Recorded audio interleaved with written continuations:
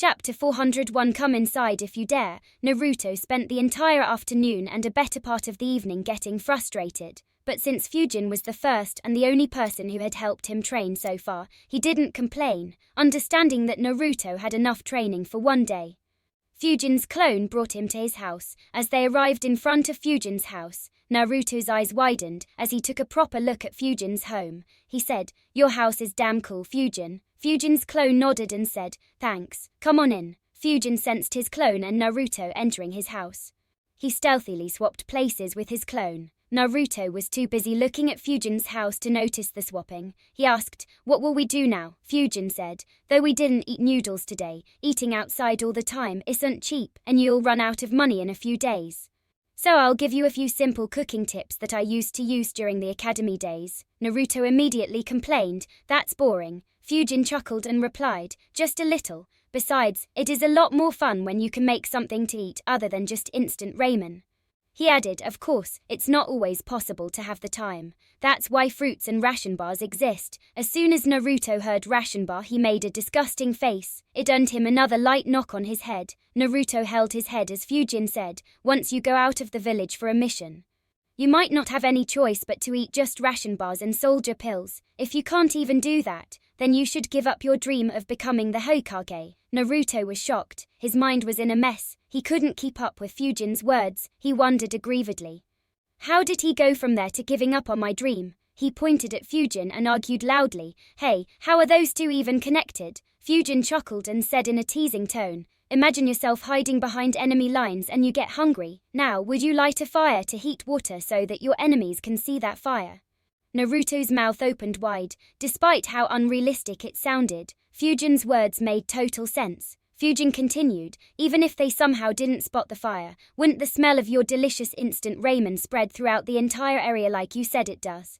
Naruto recalled praising ramen non-stop in front of Fujin earlier. His shoulders dropped in defeat as he couldn't think of any good points to argue against Fujin. Seeing his hilarious reactions, Fujin decided to push him a bit more. He chuckled again and said, "Maybe instead of becoming a Hokage, you should become a cook." Naruto looked at Fujin with a confused look. Once again, he couldn't follow Fujin's logic. Fujin continued, "After your enemies find and kill you, they will enjoy the instant ramen you cook. So, it wouldn't be wrong to call you a cook." He immediately burst out laughing. Naruto annoyingly said, "Stop mocking me, I'll eat ration bars to become the Hokage, believe it." Fujin smirked and thought, "So easy, I can't believe that Iruka couldn't do such a simple thing." No, what's more unbelievable is that Hiruzen didn't take advantage of Naruto's gullibility. Considering how much he invested in me and tried to manipulate me, he should have taken Naruto as his personal student and trained the shit out of him. The only explanation I can think of is that he doesn't think Naruto can reach the rank S without resorting to Kurama. If he knew about his potential, Hiruzen would have probably adopted Naruto, regardless of any political pushback. Seeing Fujin smiling, Naruto pouted and said, "But even if I want to, I can't follow what you said. The groceries are too expensive, and I haven't been given any ration bars for a long time." Fujin raised an eyebrow and asked, "How much money does Lord Hokage give you every month?" Naruto answered, "He gives me full 1,000 ryo." Fujin's eyes twitched. He muttered to himself, "The son of Minato, the fourth Hokage, and the godson of Jiraiya. A Sannin lives on merely 1,000 ryo per month." Although Fujin had received the same amount, he had understood that it was very difficult to survive on it alone if he didn't eat the ration bars that were provided for free by the academy. Even then, he had resorted to Fuin Jutsu to earn some money to buy tools and weapons. Fujin thought, since Naruto didn't eat the ration bars, cheap instant ramen was probably all he could afford anyway. Though Hiruzen wants to avoid any suspicions, Naruto's secret is out in the open anyway. Nearly every adult in the village hates him, and there is no way that there isn't a single spy in the village who doesn't know why that is. Does he still need to be so stingy? I suppose Iruka, or perhaps even Hiruzen, would bring him groceries for free if he asked. But which kid would ask for groceries, even more so when he has little to no idea about cooking? Fujin sighed internally and thought, "I was a bit too lenient towards the ending days. Maybe I should rejoin the Amber and use up those wind crystals for good." He said, "Don't worry, I'll stock some extra groceries and fruits. Just come pick up whenever you want to. Just don't try to enter if there is a sign on the door saying that I'm not home." As for the ration bars, just ask your sensei for them. He should provide them to you for free. But if he doesn't, let me know. Naruto nodded and thanked Fujin. He spent the evening at Fujin's home until they were done with dinner.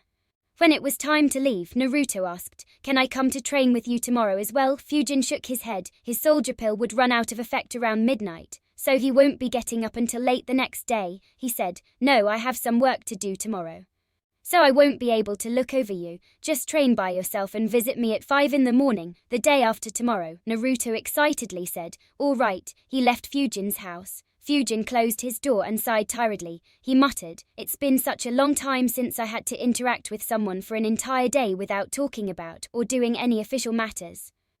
Now that I think about it, I have never done that in this world. Any casual meetups I had were generally for just a few hours and never for an entire day. Trying to become social after being alone for years is a pain in the ass. Oh well, at least Naruto isn't as troublesome as I thought he would be and is even less social than me due to his messed up situation. And luckily, his reactions are fun enough to keep me entertained." Fujin continued working on the seal until the effect of the pill ran out and went to bed. The next day, Fujin woke up after noon and freshened up. He had just grabbed a bite to eat when his doorbell rang. Fujin wondered, who was planning to meet me today? He tried sensing the person outside the door, but his chakra didn't feel familiar. Fujin muttered, "That's weird." He went up to his door and opened it. What he saw momentarily shocked him, but his expression didn't change. Outside his door was an old man holding a cane in his left hand to support himself and looking straight into Fujin's eyes. His forehead and right eye were covered in bandages, while his robe concealed his right arm, which was covered in bandages as well. Very few from Konoha's younger generation would recognize that man. However, Fujin knew too much about him. A part of his consciousness immediately focused on his chakra network, looking out for any external interference. Yet, his expression didn't show any alertness. Instead, he smiled and said politely, "Elder Danzo, I didn't expect you to visit my house." "Come in." He opened the door wide to welcome him in. However, would Danzo step into Fujin's house? The answer was a clear no. He didn't dare to take a step inside Fujin's house. What he had sensed a few minutes ago had shocked him and made him very alert against Fujin. He no longer thought that the task of recruiting him would be an easy one. Chapter 400 to Fujin versus Danzo. A few minutes ago, Danzo had completed all of his preparation. He was ready to approach and talk to Fujin for the first time and manipulate Fujin into joining the route.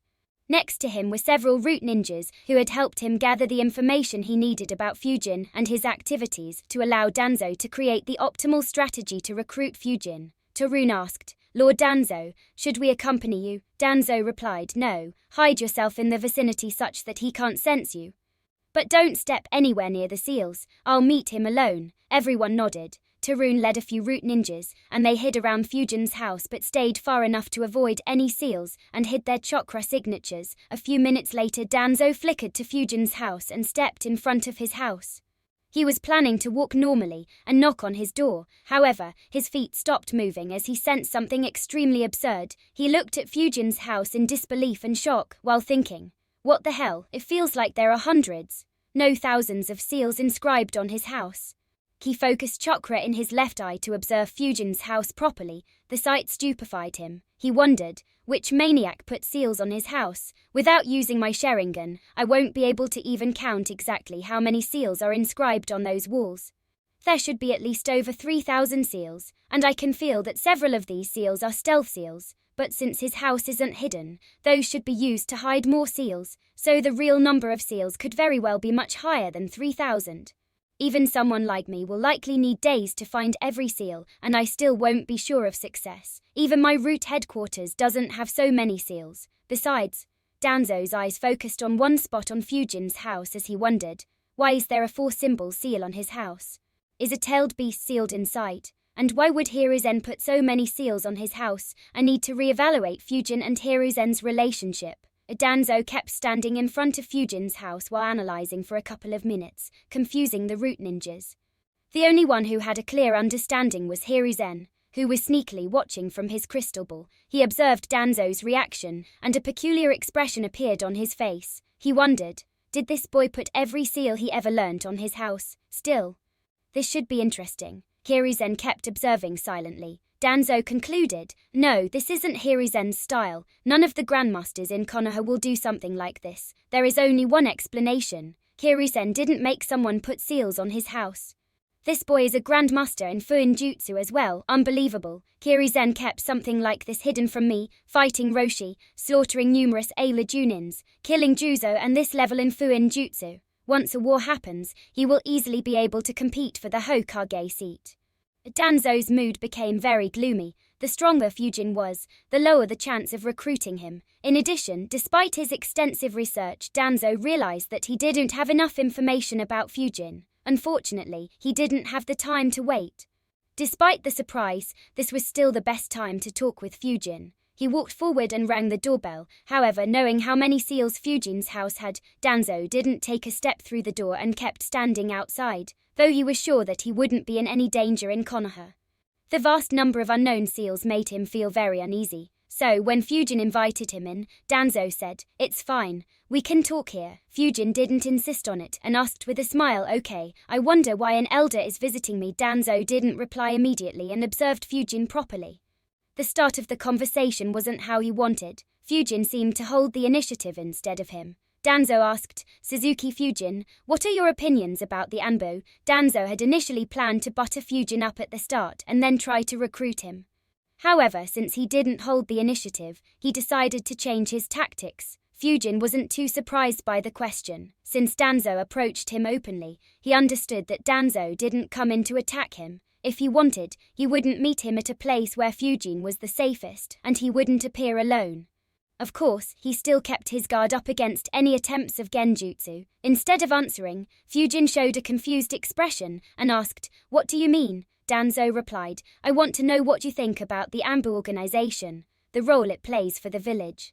Whether you think it should exist or not, and any other thoughts you might have on it." Fujin thought, "Indeed, it looks like this visit is for recruiting me. Does he think I'll be as easy to influence as Kakashi? After all, I don't have the mental baggage that Kakashi does."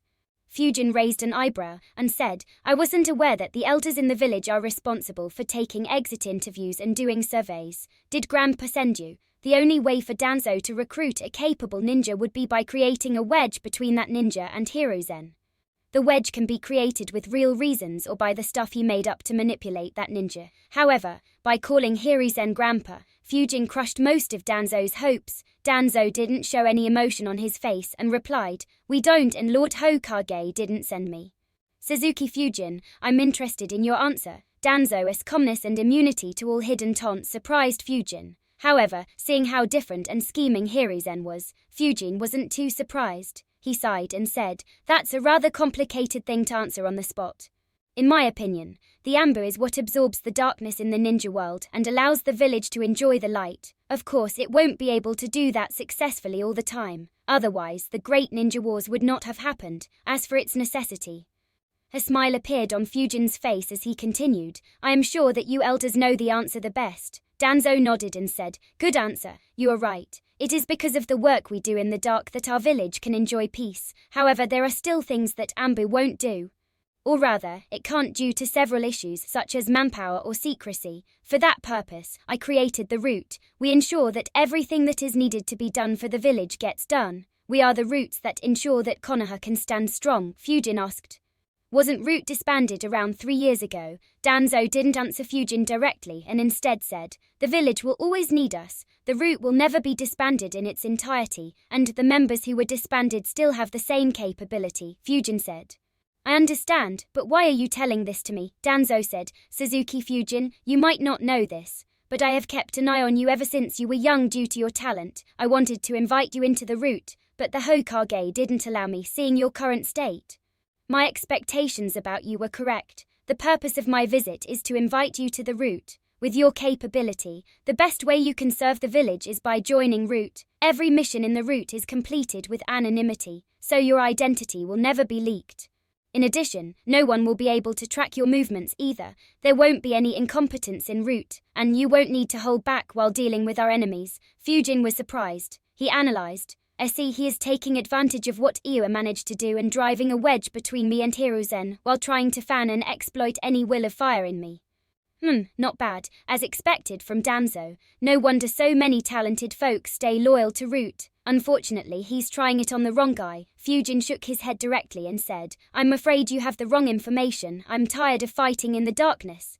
I have no intention of joining Root or rejoining Ambo. Danzo was surprised once again. This time, it was for a completely different reason. He thought, strange, not only did I miscalculate his abilities, but I also miscalculated his nature. He quit because he is tired of the darkness. Danzo felt a sense of disappointment. It was disappointment in failing to recruit Fujin, but rather a disappointment that Fujin couldn't adapt to the darkness. At the same time, he had nothing to say to Fujin to convince him to join Root. Fujin's excuse eliminated almost every reason he could use to convince him. Chapter 403 Readiness to kill Danzo. However, that reason alone would not cause Danzo to back off. He had led the Root for decades. The amount of schemes he created and the number of ninjas he manipulated during that time far exceeded anyone's imagination. Even Hiruzen, the person who was the most clear about what Danzo did, wasn't entirely aware of all of his operations. Danzo said, our village is right in between 4 major villages and numerous minor ones. We constantly face crises. Even a moment's carelessness could lead our village into a life and death situation. And yet, despite having such amazing talent, you don't want to serve the village the best you can. Danzo's tone had changed. It was no longer neutral, and instead sounded disappointed with a hint of anger. It sounded like he was offended due to Fujin's lack of passion to serve the village. Though the emotions he displayed weren't his real emotions, even Fujin couldn't see through them. Fujin thought, wow, he is good. I had thought Hiruzen would be the best actor in Konoha. I was wrong. If I didn't know what kind of scum he is, Danzo could have fooled me with his fake passion. To Danzo's surprise, a smile appeared on Fujin's face. He said, while the duties of Ambo are important, those aren't everything. I can serve the village in numerous ways, Elder Danzo. After all, Fujin's smile disappeared and he looked straight into Danzo's left eye. His voice changed from a pleasant, respectful tone to a completely neutral one as he added, if I can't, I doubt you'd even be here looking for me and standing outside instead of entering my home. The smile reappeared on Fujin's face. He continued, so you don't need to worry about my passion. Elder Danzo, what I do will benefit the village a lot more than staying in the Ambu and getting consumed by the darkness. Though Danzo didn't have any change of expression, his mood became very bad. He thought, this boy, those words and the threat he gave a couple of days ago. He knows more about the Root than what someone like him should know. Did Hiruzen warn him about me? Not to mention, though he is behaving respectfully and politely, he has his guard up. If I were to make any move, he would probably counterattack in the blink of an eye. Although Fujin's actions didn't give any signs, as an experienced fighter, Danzo could easily feel that Fujin was completely on guard. Indeed, Fujin was prepared. In fact, Danzo had underestimated Fujin's preparation. After all, he couldn't have known that Fujin would be completely aware of his abilities. Fujin looked at Danzo and thought, there are 4 ways he can attack me. The first is wind vacuum jutsus, but they are too slow and easy to see. I can counterattack faster. The second is Juin Jutsu. If he acts kind and tries to touch me, then that's what he would be doing. So if his hand extends towards me, he will be losing it. Even if he somehow surprises me, I have several means of dealing with them. The third is the genjutsu of Shusei's eye, the one that he cast on Mifune. It is difficult to sense and can give him a complete advantage in a sneak attack. However, it is easy to break, and since I'm on full guard, it will be difficult for him to cast it on me, especially because my chakra flow is already in a state of disruption. Any external interference will easily be detected. The fourth is if he removes those bandages and uses the Sharingan on me directly. If he succeeds, I will be defeated. However, he will have to remove those bandages first. That's enough time for me to attack at such a close range. The moment Danzo showed any signs of making any of the 4 above moves, Fujin would attack, and his attack wouldn't be to force Danzo back. Instead, it would be to kill him in one shot. Though killing a ninja of Danzo's capabilities wasn't easy and Danzo was probably stronger than Fujin at that point, the circumstances were special. Fujin's plan was to sneak attack Danzo while Danzo was sneak attacking him, and wouldn't expect Fujin to counterattack so quickly and viciously. The chances of pulling that off successfully were very high, though killing Danzo could cause some troubles. With his current power, Fujin wasn't afraid of any political backlash that would arise, just by exposing the Sharingans and the first Hokage cells. He could easily turn the entire Konoha against Danzo. After all, who would defend a dead guy, though it could destroy his relationship with Hiruzen? Fujin had already gotten almost everything he wanted from Hiruzen, so he didn't care much. Besides, Hiruzen wouldn't want Konoha to lose another young talent. Even if he failed to convince everyone and Konoha decided to hunt him, Fujin could just leave Konoha, go to Mount Muteki, and train in seclusion until it was time to implement his plans. Unfortunately or fortunately, all the plans Fujin made would be a waste. Having realized Fujin's guard, Danzo dropped any plans of attacking Fujin. He thought, a fight here wouldn't be good for me, though I can't sense him. I'm sure Hiruzen is keeping an eye on me. Not to mention, I don't have the exact information of his skills and abilities, or the seals on this house. Regardless, I need to keep an eye on this boy. He isn't as simple as I thought. Though the two thought a lot in reality, not a lot of time had passed as both were thinking very quickly. After half a minute of silence, Danzo said, "All right, I will keep an eye on you. Suzuki Fujin, I hope that you don't waste your talent and serve the village the best you can." Danzo turned around and began walking without waiting for Fujin's response. Suddenly, he stopped and looked back at Fujin and said, "Uzumaki Naruto is a very important member of the village. He holds a power that can reduce the village to rubble within minutes. Keep your distance from him." One of the main reasons why Danzo didn't try to attack was the fact that Fujin was a rank S ninja, so he wasn't sure of his victory. As such, he didn't want Fujin to take control of Konoha's Oni Jinwekuric and increase his influence more. However, Fujin chuckled and replied, "Sorry, no can do." A frown appeared on Danzo's face. Fujin had done nothing that he had asked for so far. Danzo said, "Though I admire your talent, don't forget that I am an elder of Konoha. Acting against my orders won't be good for you." Since he couldn't recruit Fujin, Danzo no longer maintained the image of a just leader. He threatened Fujin directly. Unfortunately for him, Fujin didn't intend to back off. He replied, "The elders have no authority to command a ninja in Konoha. If you have an issue with me, feel free to raise it with Grandpa. I'll follow his order." Danzo's frown deepened. He didn't expect Fujin to keep rebuking him. Fujin continued, "Besides, a Jinwekuric who is isolated and hated by all and has no proper training is a disaster waiting to happen. I wonder what Elder Danzo thinks would happen if Konoha's Oni Jinwekuric hates the village and doesn't have any strength to resist the beast inside of him." Fujin's words left Danzo without a good reply for the second time. After all, Danzo completely agreed with Fujin's analysis. He had the same thoughts about Naruto as well. It's just that he wanted Naruto en route and not with someone else. With Jiraiya Tsunade not in the village and Hiruzen busy with the Hokage duties and unwilling to confront Danzo too much, he could ensure that no clan managed to get Naruto. His root subordinates scared away any civilian ninjas who took pity on Naruto, just like the one who tried scaring Fujin. However, now that Konoha had a new rank S ninja who took an interest in Naruto and had no intentions of following Danzo's instructions or worrying about his threats, Danzo immediately felt difficulty in ensuring that Naruto stayed away from any faction. Knowing that Fujin would argue against whatever he said, Danzo turned around and continued walking while saying, "I will talk with Hiruzen." Fujin watched Danzo leave. He wondered, would Danzo be able to convince Hiruzen to make me leave Naruto alone? Difficult, but Hiruzen does have a soft spot for Danzo. Regardless, even if Danzo managed to convince Hiruzen, how can Hiruzen convince me? I have already promised Naruto to train him and overlook his training. If Hiruzen wants me to not do that, he will be forcing me to break my promise. The promise of a rank S ninja. How can anyone trust what I say in the future? Granted that any promise made by a cunning ninja has no real value, Hiruzen can't say that to my face. I'll just ask him for 20,000 elemental crystals of each element as compensation if he wants me to break my promise. Let me see if he still dares to ask me to break my word. Even if that greedy fox pays that price, I'll just keep the crystals and say that I felt pity for Naruto and keep training him. What can he do when I'm morally correct? Chapter 404 Hiruzen's headache. Fujin stopped thinking about Danzo and shut his door. From the meeting, he understood that Danzo wouldn't take any direct actions against him. As for the indirect actions, he wasn't much worried.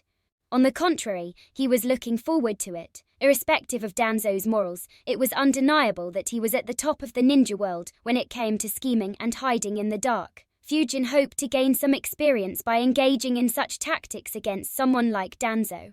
Even if Fujin suffered any losses, he wouldn't be too concerned considering that Danzo's influence was already waning while his influence would keep increasing as he kept getting stronger and started involving himself in Konoha's internal politics. Not to mention, Fujin didn't particularly care much about his influence in Konoha. As long as he stayed strong, any loss of influence or reputation was inconsequential. So, even a complete defeat won't actually cause him any loss and would just improve his political skills.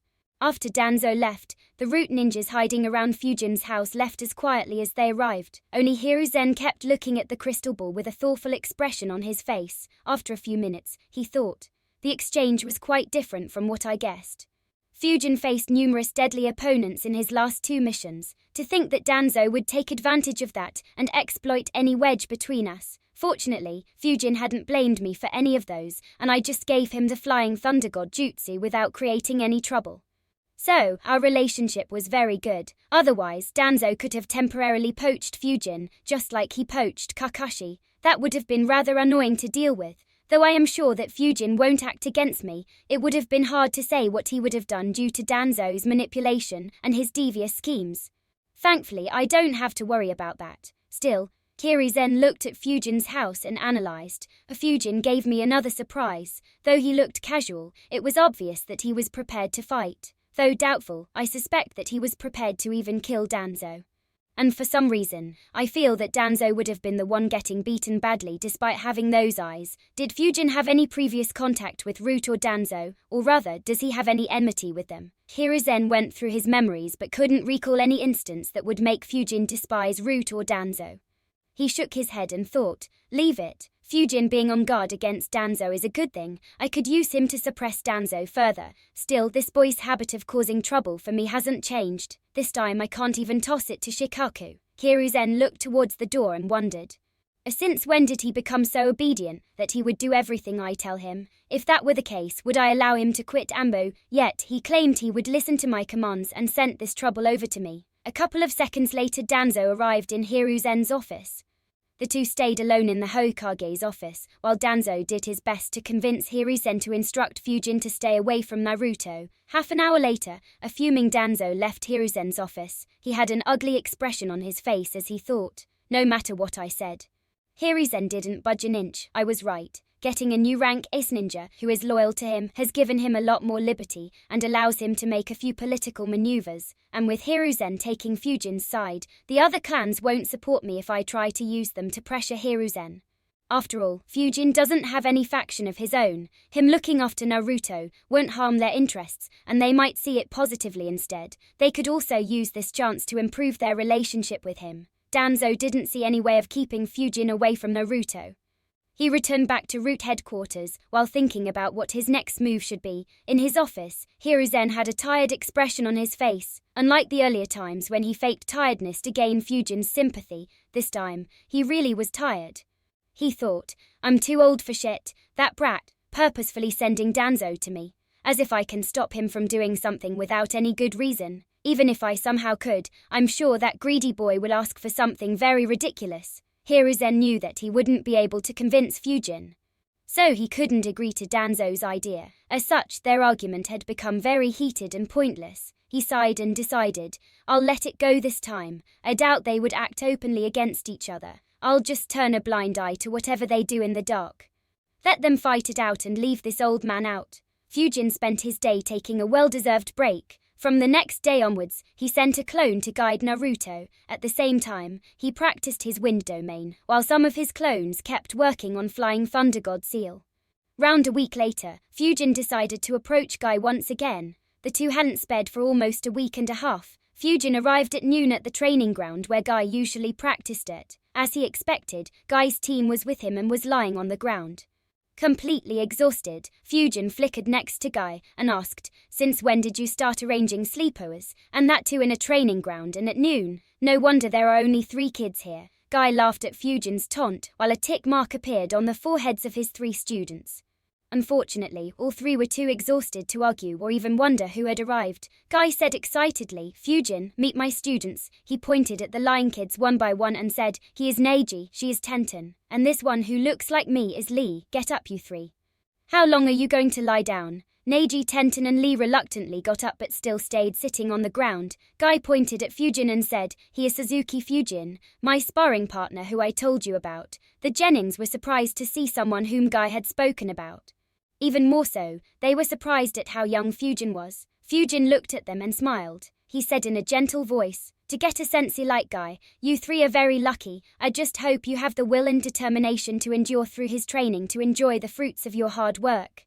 Lee immediately said enthusiastically, "Of course we do." Meanwhile, Neji and Tenten looked at Fujin suspiciously and wondered, "Why does it feel like he is taking pleasure out of our misery?" Guy clearly saw it as well, though he didn't mind it. He asked, "So, why did you come to meet me, Fujin?" Fujin replied, "It's been a while since we sparred. Wanna have a go?" Guy grinned and replied, "Sure." He looked at his students and said, "No afternoon training session today. Instead, you will observe our spar and learn from it."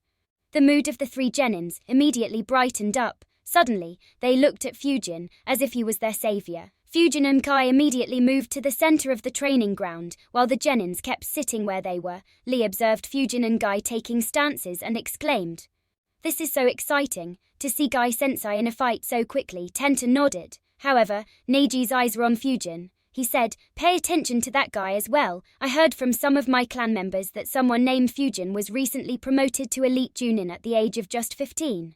It should be him." Neji's words surprised Tenten and Lee. They looked at Fujin more carefully. Guy said, "Let's begin." The eyes of the three Genins, who were watching carefully, suddenly widened. In front of their eyes, both Fujin and Guy disappeared. A moment later, the sound of two fists clashing was heard, and in a few seconds, hundreds of such clashes occurred. None of the three could see even the shadow of Fujin and Guy. Neji immediately activated his Byakugan. However, despite his Byakugan, he could still not see Guy and Fujin, and just saw the trails of their chakra that were left behind. He was astounded. It was the first instance of his Byakugan not seeing something clearly. Unlike Lee and Tenten, Neji had been upset about receiving Guy as his sensei until he learnt that Guy was an elite Junin. However, he hadn't seen him do much and was skeptical about it. Now that he saw Guy in action, Neji had no words. He thought, "Incredible. So this is an elite Junin. I can't see the move despite my Byakugan. Also, why does it feel like two mountains are clashing with each other instead of fists and feet?" Chapter 405 Respect To. While the three Genins observed with shocked expressions, Fujin dodged Guy's kick and Guy's heel slammed on the ground, creating a large crack on its surface. A lot of stones were sent flying in every direction from the crack. A few of them barely missed the three Genins. A look of horror appeared on their faces as they felt a few stones moving past them like bullets. All three immediately got up, ran backwards, and jumped on trees. Lee muttered, "So scary, we nearly got hit." Tenten said, "I thought we were gonna. I didn't know that just watching a fight could be so dangerous." As for Neji, he didn't say anything and kept observing. Despite only being able to follow their trails, he didn't want to miss a single second of this battle. Only Fujin thought differently. He observed the trajectory of the stones and wondered, "That's weird. For every stone to miss those three, did he control his kick such that the stones that would fly off from its impact would avoid them?" Fujin's speculation was very wild. To do something like that was very difficult. Perhaps only a Sharingan could allow any ninja to make the necessary calculations, and even then it would be extremely difficult. However, Fujin didn't think it was too odd. He dodged the incoming attacks and counterattacked while analyzing. Although calculating it will be impossible, developing those instincts with practice might be doable. Once my wind domain is properly developed, I'll be able to change the direction of stones flying in my domain with ease, and Guy has focused a lot more on taijutsu than I have on wind manipulation, so it wouldn't be impossible for him to do so. Still, though Fujin had focused a lot on wind jutsus, he had also worked on his other skills. His taijutsu was extremely good. His genjutsu was better than most Junins and special Junins who focused on genjutsu. He was a grandmaster in Fuin jutsu, and his sword skills were phenomenal as well by comparison. Kai devoted almost all of his time to taijutsu. Though he had raised his other skills to acceptable levels, he never focused much on them. In addition, he had been a ninja a lot longer than Fujin, so the amount of time he spent on his taijutsu was several times the amount of time Fujin spent on wind jutsus, even if his clones were considered. Fujin sighed internally and thought, His taijutsu is just ridiculous. Heck, he is even mocking me by giving lessons to his students while fighting me. If they keep sitting like a fool while two elite junins or stronger ninjas are fighting, they'll end up dead, even if they aren't targeted. Fujin and Guy kept fighting while the three Jennings tried to see them. After 5 minutes, Tenten asked in a dejected tone, "How can we learn if we can't even see them? Neji, do you see anything?" Neji answered without looking at her, "No, but they won't be able to maintain such a high-intensity battle for long. So we will be able to observe them soon." Lee and Tenten nodded. Neji's reasoning was reasonable. Unfortunately, the two ninjas sparring in front of them were anything but reasonable. Not only did their speeds and intensity not decrease, but instead they increased. For the next 3 hours, the Genins only hopelessly tried to follow the sounds made by fists and feet colliding. Apart from a few rare instances when Fujin or Guy stopped and stood at the same spot, the Genins didn't even manage to see them. In addition, they had to move away several times during these 3 hours.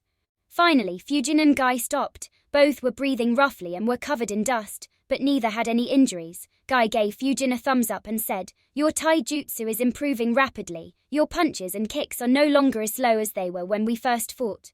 Fujin nodded and said, "It's thanks to you. Senju taijutsu style needs a fraction of a second longer due to having to concentrate chakra on my fists or legs. Though the strong fist style lacks in power slightly, it doesn't have that weakness." Guy laughed and replied, "You can't have it all, Fujin." Fujin chuckled as well. Though the strong fist style wasn't as destructive as the Senju taijutsu style, Fujin could easily switch between the two styles and use what he wanted. So, his taijutsu hadn't gotten weaker in any sense. If he wanted speed, he could stick to the strong fist style. If he wanted power, then he could concentrate his chakra like in the Senju taijutsu style while using the strong fist style, and even without the extra boost, the strong fist style still hit hard.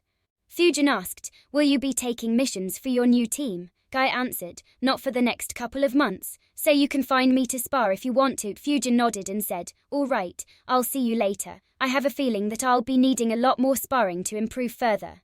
Guy nodded. Fujin glanced at the three Genins once again and disappeared from the training ground. As soon as he left, the three Genins moved towards Guy. However, when they saw Guy this time, respect and awe could be seen in their eyes, though Lee already worshipped Guy.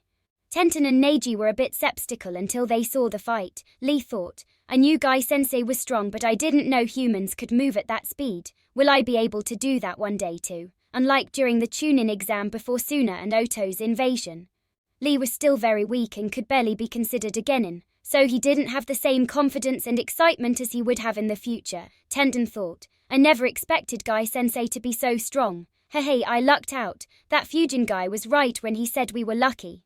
Sadly, the training though. Neji clenched his fists and thought, "I knew that he was an elite Junin, but are all elite Junins as strong as these two? If Haishi is also as strong as them, then I need to train a lot harder to reach their level." Neji suddenly felt a lot of pressure. While he was regarded as a genius in the Hyuga clan, he understood that he would need to train hard for a long time to reach the level of Guy and Fujin. Guy noticed the expressions on the faces of his students and was pleased. He thought, "Good timing, Fujin. This will make my job much easier." He asked enthusiastically, "Are you ready to begin the evening training?" Lee shouted, "Yes, Guy-sensei." The other two nodded as well. Guy shouted enthusiastically, "Good, we will run 1,000 rounds around this training ground on our hands." He immediately stood on his hands and began running. The three Genins followed him enthusiastically as well. Unfortunately, their enthusiasm wouldn't last for too long. Fujin appeared in his home and began planning. This spar was good. A couple of months of intense physical training along with regular spars with Guy should complete the process of infusing chakra through my entire body.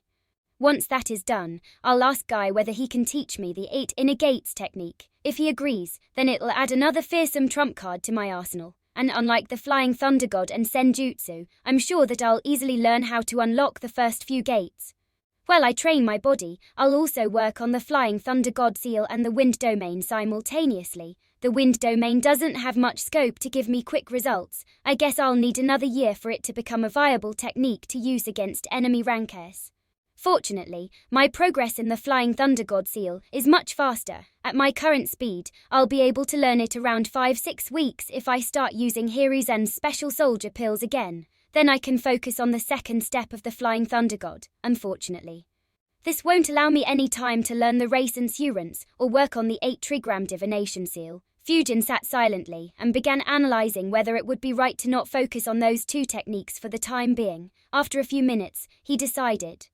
It's fine, though Rasensurance is very powerful. Vacuum and wind jutsus get the job done for now. Only if I encounter someone like the fourth Reikage, Orochimaru or Kakazu will I need it. I don't need that jutsu while I keep hiding in the village.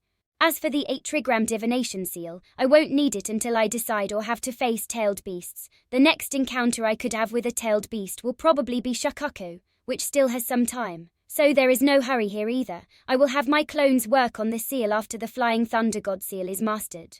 Having made his decision, Fujin ate the special soldier pills that he had taken from Hiruzen and restarted a similar training regime that he followed for 3 months continuously earlier. The only change was that he would leave one clone to watch over Naruto. Fujin decided to focus on nothing but his training until he reached his short-term goals. Unfortunately, he would manage to do so for only a week before he got dragged into an unexpected mess. Chapter 406 Konoha's internal political structure. Around a week after Fujin restarted his high-intensity training, numerous important people in Konoha received a notice from Hiruzen. Iniachi read the notice and wondered, the quarterly council meeting won't happen for another couple of months. Why did Lord Hokage call for a council meeting all of a sudden? The same thought ran through the minds of all but one of the remaining clan leaders, elders and civilian council members. A couple of hours later, everyone from the Konoha council arrived in the council room and took their seats. Quite a few of them were surprised to see that even Danzo was present for the meeting. The council room had 15 people.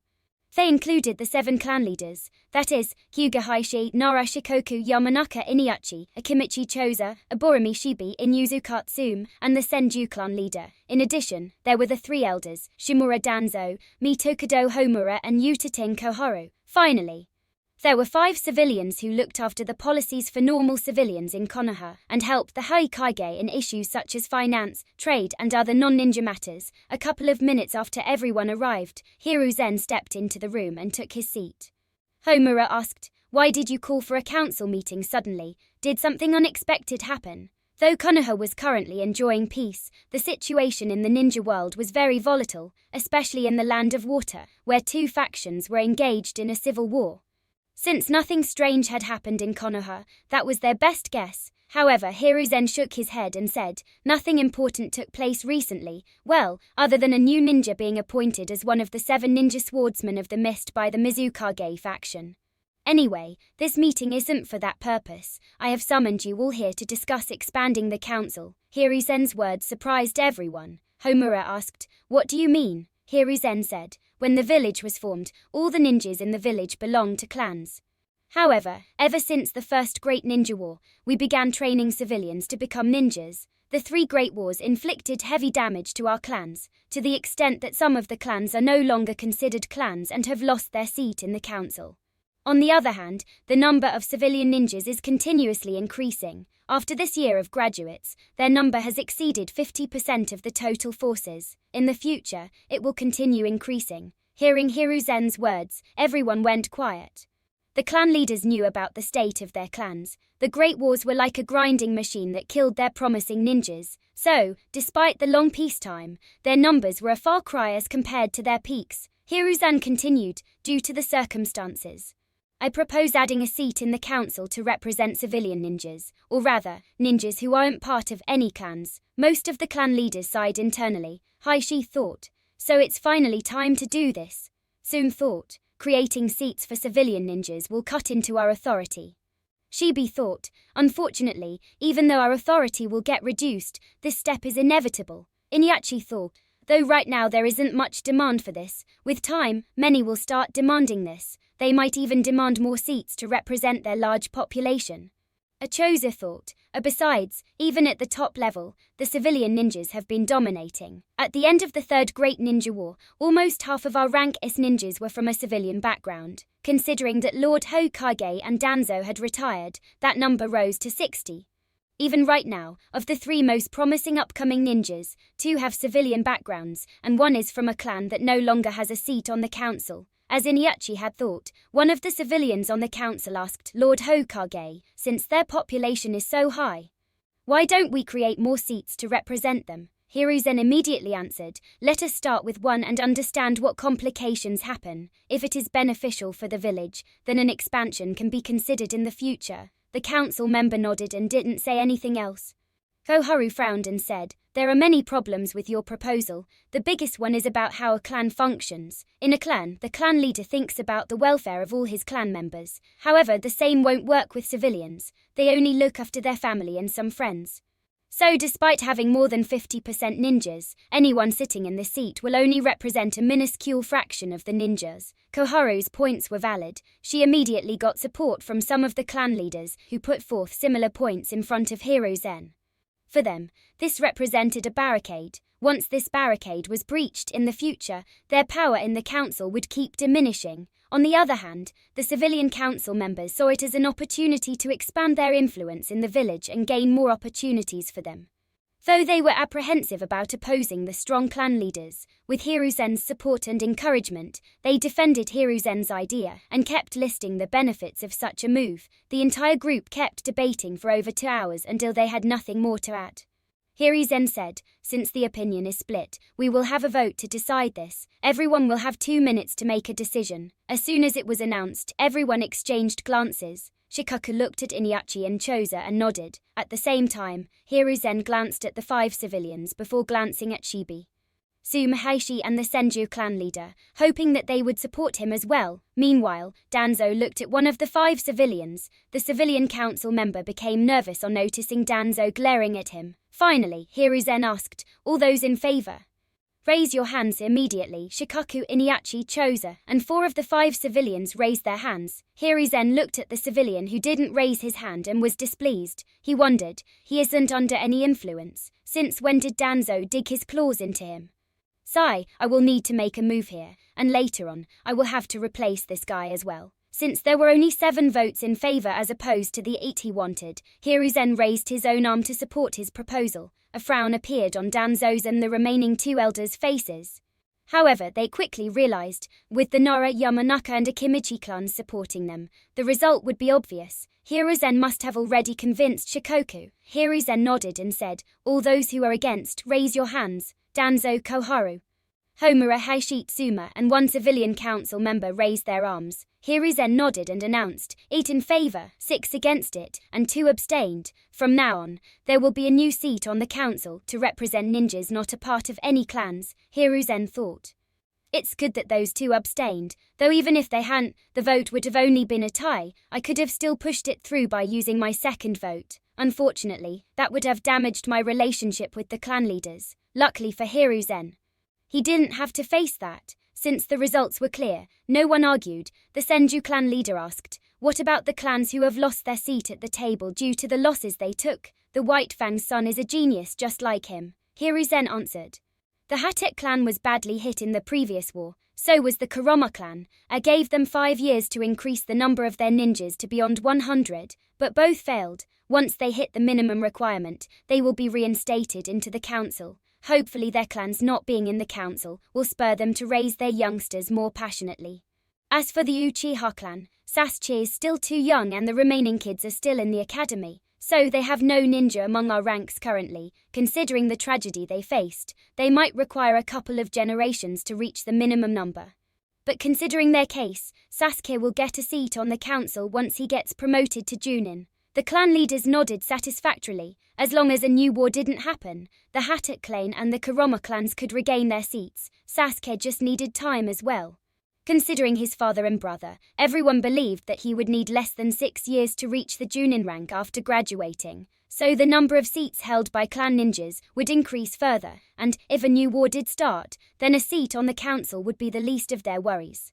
Finally, for the first time since the meeting started, Danzo opened his mouth. And the question he asked was what everyone was thinking about. He asked, "Who do you have in mind for this seat?" Everyone's eyes immediately turned towards Hiruzen, since he had put forth this proposal.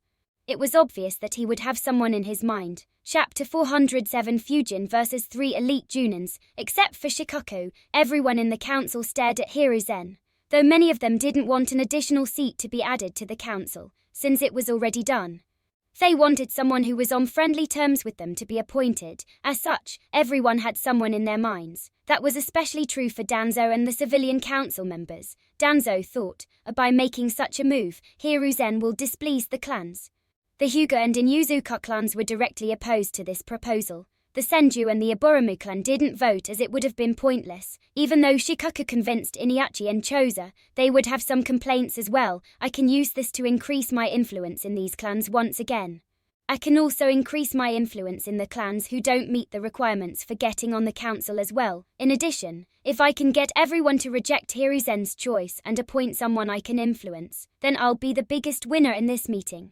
In some time, I might even be able to restart Root openly. On the other hand, the civilian council members saw this as an opportunity to decrease the influence of the ninja clans and increase theirs instead. Schemes ran constantly through everyone's minds as they waited for Hiruzen to respond.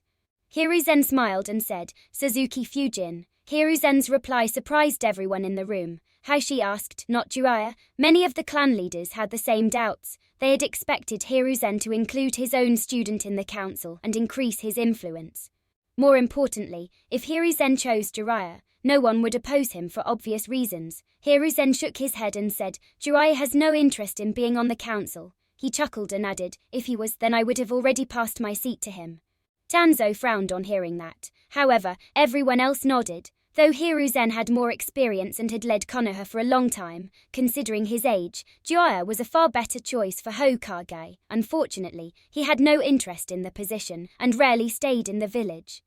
The clan leaders began analyzing whether Fujin would be a good choice for them. Shikaku obviously agreed. Choza had interacted with him during a few negotiation missions and had also fought alongside him, so he had a good impression. Sume had seen him during the Chunin exams and had a favorable opinion of him ever since.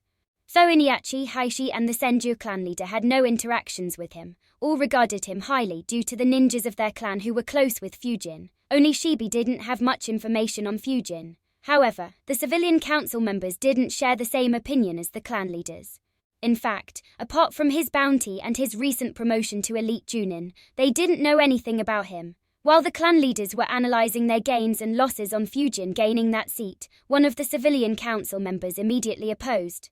"Lord Hokage, Suzuki Fujin is only 15 years old. He has no knowledge of how the council works or the duties of the council. He hasn't experienced any war and from what I know, doesn't have a lot of relationships with other ninjas. I don't think he would be a good option for this as he won't be able to represent all ninjas from outside the clans."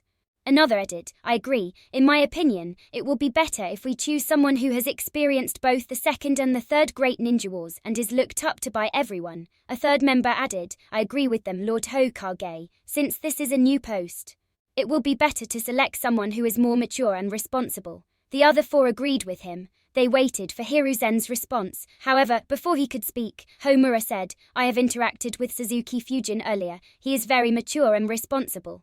"If that alone is your concern, then you don't need to worry," Homura thought. When Hiruzen gave him permission to speak during negotiations, I expected him to mess up at least a few negotiations and cause Konoha heavy losses. I was surprised that despite getting the permission, he never spoke and instead just learnt by observing us. Shikoku added, "I agree with Elder Homura. Fujin's maturity and ability to handle official matters is very good." He made a small mental note. "Well, other than his tendency to push Konoha to the brink of a war."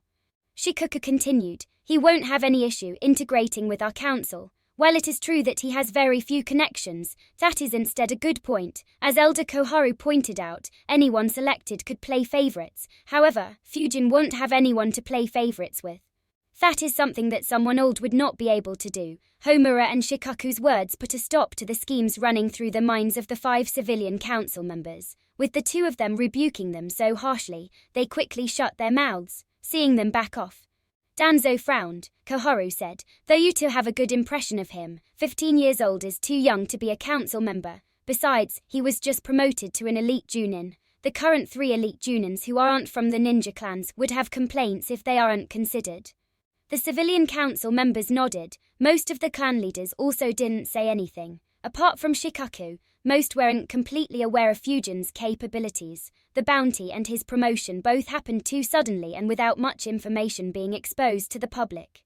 Even Choza and Homura, despite seeing him in action, didn't know much about him. Hiruzen was about to reply when Danzo said, I agree with Koharu. In addition to her points, Fujin's loyalty to the village is also not completely proven. If he quits the Anbu after being a part of it for just 3 years, then it raises a lot of questions about whether he will dedicate his life to the village or not. By comparison, the 3 elite Junins, who have sacrificed their blood for the village, are far more suitable options. I recommend elite Junin Katsuhiro to be selected for the new seat.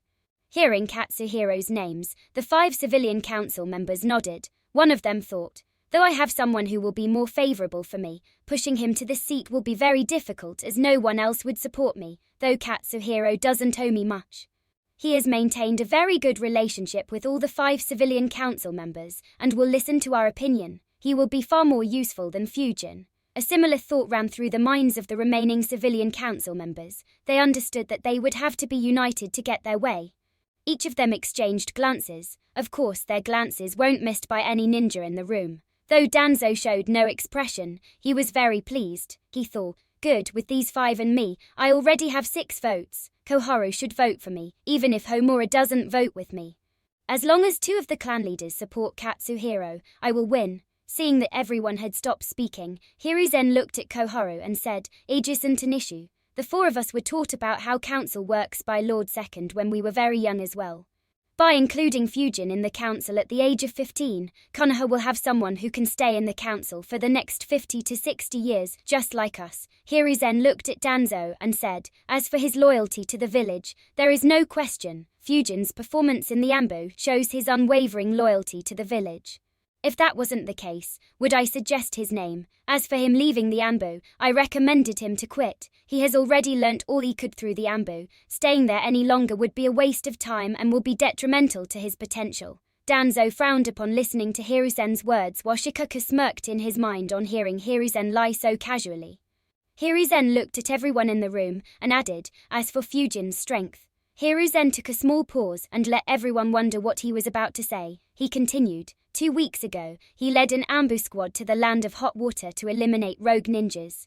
He killed Biwa Juzo. The eyes of everyone in the room apart from Shikaku and Danzo widened in shock. Apart from Hiruzen and Danzo, no one in the room had any guarantee of defeating Juzo. In fact, in one-on-one combat, most of them would have to work very hard to retreat alive.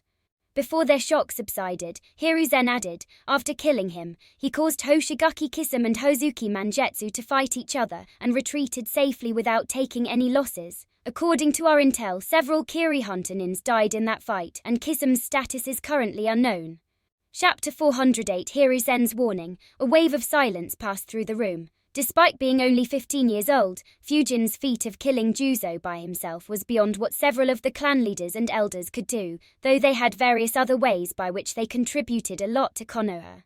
They all realized that they were weaker than Fujin in combat. The 3 elite Junins from non-ninja clans were obviously not comparable to Fujin in this aspect. Danzo frowned on seeing the reactions of the clan leaders. He thought, Hiruzen was ready to reveal that in public. It looks like my previous assessment was wrong. Their relationship is still very close. Since Fujin doesn't have any mental scars like Kakashi, influencing him is very difficult. Danzo glanced across the room to see the shocked expressions on the faces of the clan leaders. He frowned and argued, even then.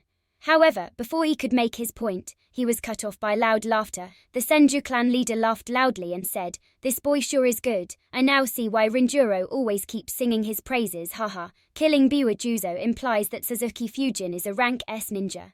It's been a long time since we had a new rank S ninja join the council. I agree with Lord Hokage's choice. There is no need to discuss any further." Danzo's frown deepened. He wanted to butt in again but wasn't allowed to as Shikaku said, "I agree as well." He thought, that boy has increased my workload so much. Once he joins the council, I'll return the favor. Inyachi followed and said, "I agree as well. I have heard very positive things about Fujin from some youngsters in my clan, though he is still very young. Us old-timers can help him adapt to this position." Shoza added, "I agree as well." Soom chuckled and said, "I had seen that brat during the Chunin exams. I still remember how hard-working and dedicated he was back then. To think that he would surpass us so quickly. He will be a good addition to the council." Following soon, Hashi and Shibi supported Hiruzen's choice as well, with all the 7 clan leaders supporting him. Hiruzen already had 8 votes in his favor. Even if the remaining 8 voted against him, they won't be able to overturn Hiruzen's decision. One of the civilian council members spoke. Though I was a bit skeptical at first, considering his future prospects, I believe that Lord Hikage's decision is the best. The council and our village will benefit from getting such a talented youngster among our ranks.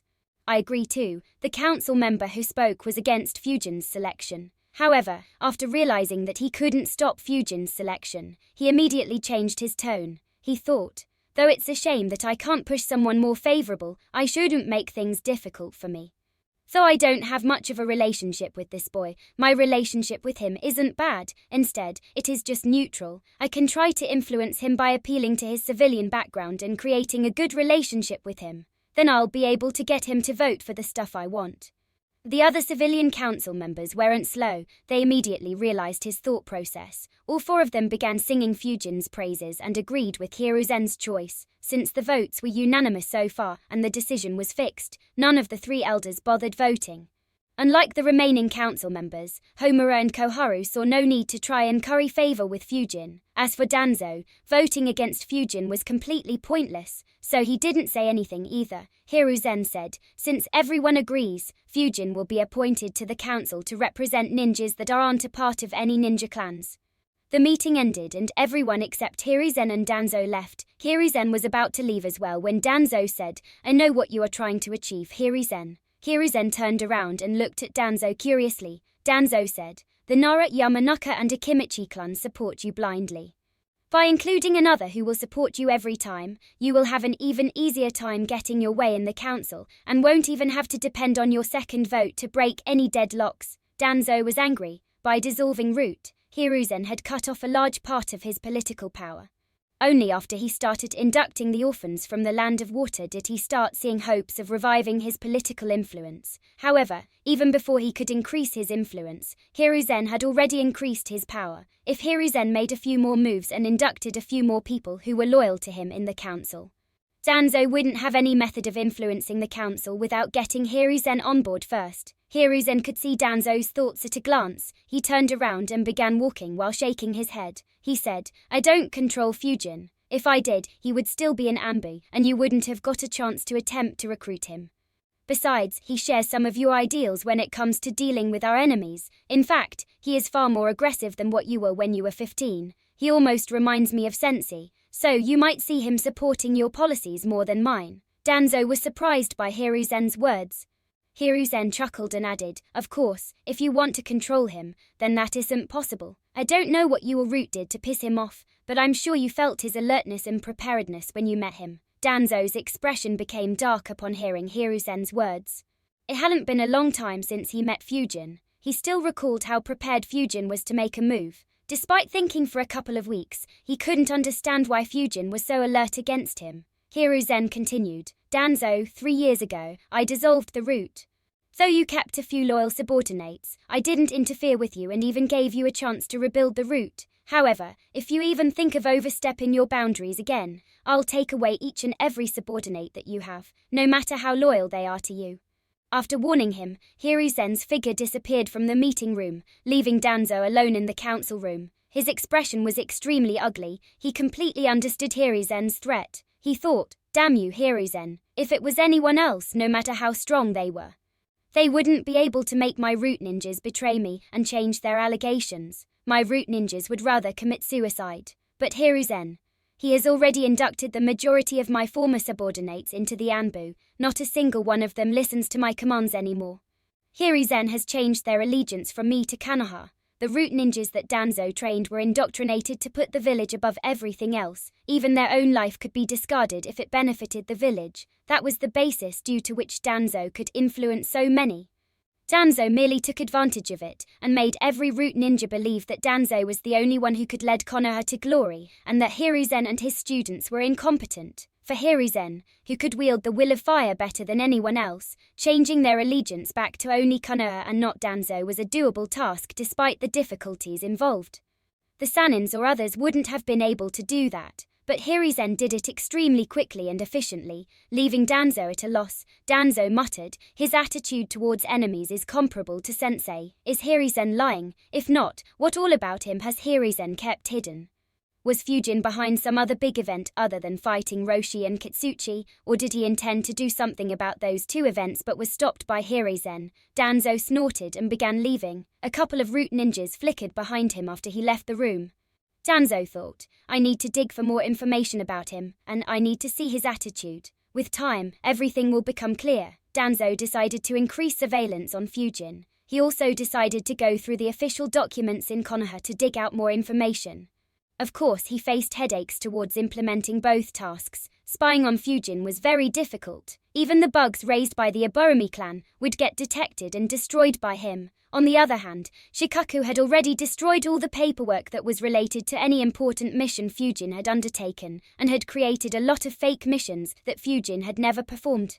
So Danzo had a very difficult task of analyzing which of his missions were real and which were fake. As for the person about whom the entire Konoha Council was so curious, he was lying in his bed. Exhaustion could be seen on his face. Fujin thought, damn. The training is becoming more and more chakra intensive. It will be even crazier once my control over the wind domain improves further. Even Hirizen's soldier pills won't be very effective for long. Say, I need something better. Fujin closed his eyes and was about to sleep when someone rang his doorbell. Fujin got up with an annoyed expression and wondered, who is coming here to disturb me? I already told Naruto to take today's day off. Chapter 409 Increased Cellular Activity. Fujin was annoyed. He had trained extremely hard without rest for several days. He didn't want anyone to disturb him at that moment. He activated his chakra field to sense who had arrived. A frown appeared on his face as he wondered, Anambo, did Eagle send him here or did Hirizen? Or does Danzo still have some ideas? He flickered to his door and opened it. As soon as he did, the Anbu said, Lord Hoikage has asked you to visit his office immediately. The Anbu ninja disappeared after giving Fujin the information. Fujin wondered, calling me, did something happen? It had been just 2 weeks since Fujin said he was taking a break.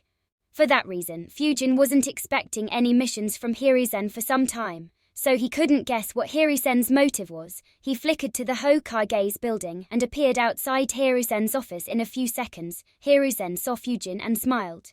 He said, come in Fujin, take a seat. Fujin was puzzled. He wondered, what's up with him? He rarely asks me to sit down. Now that I think about it, the only time I did was after Jiraiya destroyed that mine and killed several hundred Kumo ninjas. Has anything major happened recently? Was it due to my fight with Juzo and Kisum? And why is he smiling so much? Confused, Fujin sat across from Hirizen and asked, did something important happen recently? Hirizen replied, yeah, though it isn't bad. What's up with you though? Why are you looking so tired? Fujin answered, the soldier pills effect just ran out, so I need some rest. That reminds me, the bottle of soldier pills you gave me is almost empty. Can you give me a few more bottles? Hiruzen furrowed his eyebrows and said, it's already close to finishing. Fujin, though I said that it is safe if you keep a week's break in between, using them consistently isn't good for your body. Fujin replied, I know, but don't worry, I get my body checked and treated in the hospital once every month. Yoshi Sensei said that it was fine. If I overexert it, I'll immediately take a break. Hirizen shook his head and said, that's good, but even then you shouldn't use them so frequently. When you overexert it, the time you waste resting will make your progress far slower as compared to if you train slow and steady. Fujin sighed and replied, I know, but there is no other way. Training is so chakra intensive. Without soldier pills, I will be able to train at max a couple of hours a day. Though Fujin understood Hiruzen's advice, he couldn't follow it. Without soldier pills, maintaining shadow clones to learn the seals was very difficult. Fujin would have needed several times more time to master the 4-symbol seal. The same was the case with the Flying Thunder God seal. As for the Wind Domain and other powerful ninjutsus, the time needed would be even more as they required far more chakra. Fujin looked at Hirizen and asked, do you know of any methods to increase our chakra? I don't mean any temporary methods like soldier pills, but a permanent increase in it. Hirizen shook his head and said, artificial methods of increasing chakra have huge flaws. Your chakra reserve is already quite huge. Even I didn't have that much chakra at your age. You will exceed my current chakra reserves in less than a couple of years, and you are still very young, so it will keep increasing for quite some time, Fujin replied. My chakra reserves are growing very slowly, Hiruzen said. Your chakra reserves will obviously not increase at the same rate as when you were in the academy. However, your chakra reserves are already enormous. Even a small percentage increase will be several times more than the increase in chakra reserves you experienced in the academy in terms of quantity. Even if it takes 5 years for your chakra reserves to double, very few will have as much chakra as you do. 10 to 15 years later, only Jinhukaris and someone like Kisum will have higher chakra than you. In addition, as the growth rate reduces, the quality of your chakra will improve. As will your chakra control. The amount of chakra wastage while performing jutsus will go down significantly as you practice your jutsus for years. That's why I said you don't need to do something so risky. Hiruzen was very serious while explaining to Fujin. He thought, he is only 15 and has already reached rank S. In less than 5 years, he will become strong enough to be able to survive against any Kage, strong enough to survive against me at my peak. If he is lucky, he might even reach the same level as me or even surpass me. And he can easily maintain his peak for the next 4 decades, making it extremely difficult for anyone to harm Konoha. Fujin, despite his inexperience, was easily able to understand Hiruzen's thoughts on seeing how serious he had become. Hiruzen's attitude made him feel depressed. He sighed internally and thought, why did he get so serious? Doesn't Konoha still have Kakashi and the Sanins? There are several methods of increasing chakra artificially. Even I know a few that could multiply my chakra reserves by a few times. It's just that accessing and using them to do that is very difficult, and my current strength isn't high enough to get some of them. Can't he just tell me what methods Konoha has developed? With Tobirama, Danzo and Orochimaru focusing so much on research, and ninjas like Hiruzen and Tsunade who reached the peak in their respective fields, there is no way that Konoha doesn't have any methods.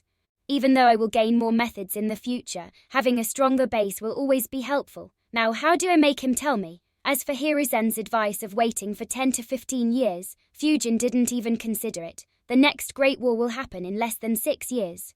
Fujin had a lot of plans that needed to be implemented before that war broke out. Waiting patiently and being a mediocre rank S ninja wasn't what he wanted. Fujin thought rapidly and said, I had read a few theories about increasing chakra reserves in the library. A look of surprise appeared on Hiruzen's face. However, his expression changed to serious in an instant. He thought, I forgot that this brat loved sitting in the library for hours while using shadow clones. Sigh, I wanted to tell him that he has been selected to join Konoha's council.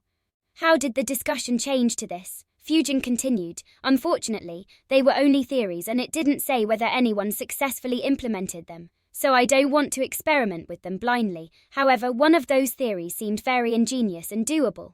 It talked about increasing cellular activity and extracting more chakra from each cell to increase our chakra reserves. I wonder if you know more about that, Grandpa, Hiruzen muttered softly, Orochimaru. At the same time, he was relieved, he thought. I'm glad that nothing related to Lord First's cells is in the library. Otherwise, it would have become a major headache if Fujin read it and became fixated on it. Even though Orochimaru and Danzo had some gains in the research on his cells, they are still far too dangerous to be used. Hiruzen shook his head and said, I know about it. It was done by Orochimaru and I assisted him in it. Fujin was surprised. He thought, Hiruzen assisted him? Strange. Then again, he was his sensei. Perhaps Orochimaru researched this when he was very young. Hiruzen continued, you aren't the only one who is troubled by the matter of chakra reserves. Many capable ninjas were concerned due to it. Even rank S ninjas wanted more of it. So over the years, a lot of study has been done on this matter, a lot of new theories appeared. Even though many of them were absurd and couldn't even be experimented on, a few were experimented on. Unfortunately, this is very risky. Many capable ninjas were crippled while performing those experiments, and the majority of the crippled ninjas were the ones who came up with those theories. That is why I asked you to not think about this. Unfortunately, Hiruzen's words didn't have the effect he wanted. Fujin's eyes widened, and a look of surprise appeared on his face. He muttered, many were crippled. But Orochimaru became a rank S ninja. And a rather strong one at that. Does that mean that he succeeded? Hiruzen sighed and nodded. He answered, though many experiments were done on several theories, this one is the most successful in Konoha until now. However, even then it has risks and is very difficult to implement. Fujin became very curious. Though he knew a few methods, all of them involved strong forces of nature, many of which were beyond his understanding currently. He wasn't aware of any method that was invented by humans. He asked, what risks and difficulties? Chapter 410 Nate's help. Hirizen answered, it has very high demands for learning. To energize the cells and increase their activity, the ninja needs to have at least rank S levels of chakra reserves. In addition, the chakra control has to be extremely high as well. So it can be done by a very small number of ninjas. Fujin wasn't concerned by it. Rather, he was pleased. He said, I satisfy those requirements. What are the risks? Hirizen nodded and said, yes, your chakra reserves and control should be sufficient. As for the risks, I will first explain the benefits as the risks are related to it. Energizing every cell in our body is actually very beneficial for us. If used correctly, it maintains our cells in optimal condition, improving our health considerably. It improves the speed of chakra recovery, the speed at which your injuries heal, and reduces the chances of getting sick. It also slows down aging, but not by much. Aging is difficult to calculate, but our estimates were around 3-4. As for the increase in chakra reserves, it varies. I'm not sure what those factors are because we didn't have enough information since the number of ninjas who met the requirements to try this was very low. Among the ones who tried this method, Danzo had the least gains, as his chakra reserves increased by just 12%, while Tsunade had the most gains. Her chakra reserves increased by 63%. Fujin's eyes widened, and his face lit up on hearing the benefits. They were very good. He almost became impatient to get those benefits. He thought, damn, 63. If I get a similar boost, my chakra reserves will be among the highest in the world, not counting the Jinkyukaris. Even half of that boost will increase it beyond Hiruzen's current chakra reserves. Hehe, I can't wait. I'm so glad that I brought this up with Hiruzen. Hiruzen continued, as for the risks, they are very simple. You get the benefits I mentioned only when you maintain the cells at an optimal level. If you want more chakra, you can overextend your cells and draw out more chakra. Be it in the middle of a battle to recover your chakra, or to increase your chakra reserves even further. If you do that, all the benefits will change into disadvantages. A large amount of cells in your body will begin dying due to overaccretion. Though this won't kill you, and your body will produce new cells and replace the old cells. It will have grave consequences. A large number of dead cells will remain in your body. Though our medical ninjas can remove some of them, even our best medical ninjas can't remove all of them. Those dead cells in your body will slowly affect cells around them, and slowly those cells will die as well. Though you won't suffer immediately, it will reverse the benefits you get. Once the number of dead cells in your body surpasses a certain limit, your chakra will regenerate more slowly, your chakra reserves will increase at a slower rate, you will age faster, and your body will become vulnerable to diseases as more and more dead cells accumulate in your body. If you overextend your cells too much, then your chakra reserves could even start dropping. Though they will likely still be higher than before you use this technique, you might not feel much immediately, but 15 to 20 years down the line you'll feel the damage that this will do to your body. Fujin's excitement died down and he became very serious. Though the benefits were good, the disadvantages were just as bad. He contemplated Hiruzen's words seriously and asked, if I only maintain the optimal condition, won't it be just beneficial for me? As long as I don't overextend myself, I should only enjoy the benefits, right? Hiruzen nodded and said, you're right. However, that is difficult to do. After all, when you are in the middle of a fight and are heavily disadvantaged, you will be very tempted to do this. You have fought with Roshi, Kitsuchi, Juzo and Kisame. Against each of them, you could have just retreated easily. Instead, you kept fighting until retreat was the only option. Once you get this method, you'll be tempted to fight for even longer over the years. It will have a detrimental effect on your body. When that happens, you will regret learning this and wasting your potential. Hiruzen's words surprised Fujin. He thought, now it makes sense why he was so reluctant to tell me anything, assuming any other method Konoha has results in an even severe backlash. Hiruzen will be worried that I might injure myself and stop getting stronger in just one major fight. That said, I never really overextended myself in any fight. I have only fought within my limits and have always been ready to retreat in case something outside my expectations happens.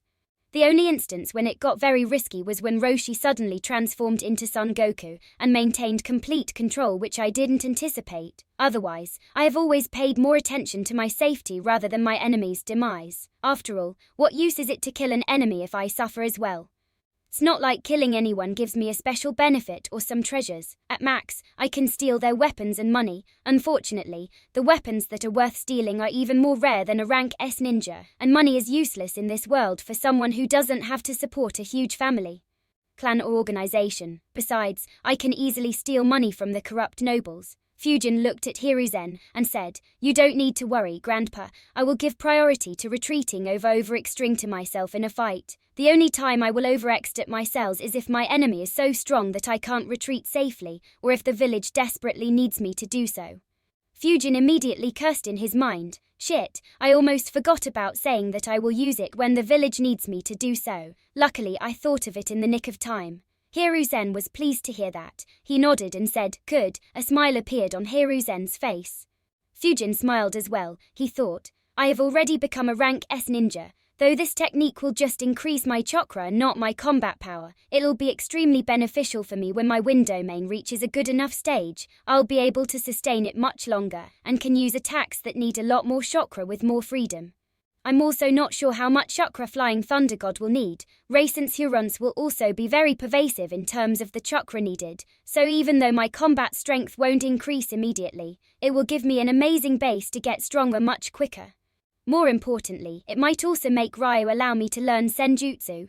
Though he generally stayed very calm, Fujin was excited about the number of possibilities that would open up. Unfortunately, Hiruzen didn't say anything and just kept smiling, not willing to wait any further. Fujin asked, "Grandpa, can you teach me how to increase my cellular activity?" To Fujin's surprise, Hiruzen shook his head and answered, "I can't." A frown appeared on Fujin's face. He immediately asked, "Why not? Didn't you say that I have met the requirements to learn this?"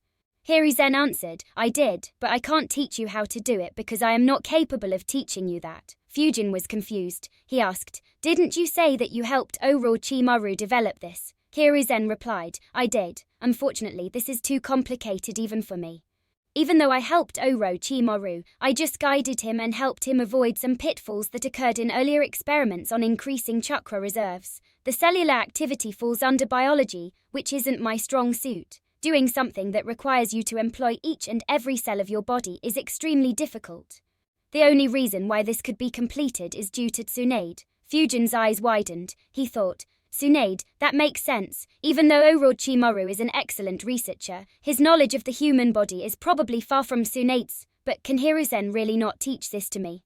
Hiruzen continued, "To be able to increase cellular activity in every cell in your body, you will need Tsunade's assistance. Even I could only do so with her help. Orochimaru was the only one who became capable of doing it without her help. If I try to help you without Tsunade present, I won't be able to handle any unexpected complications that might arise, so it is very risky and has little to no chance of success." Fujin fell into deep thought. Ideas clashed in his brain at the speed of light. Unfortunately, he couldn't think of anything.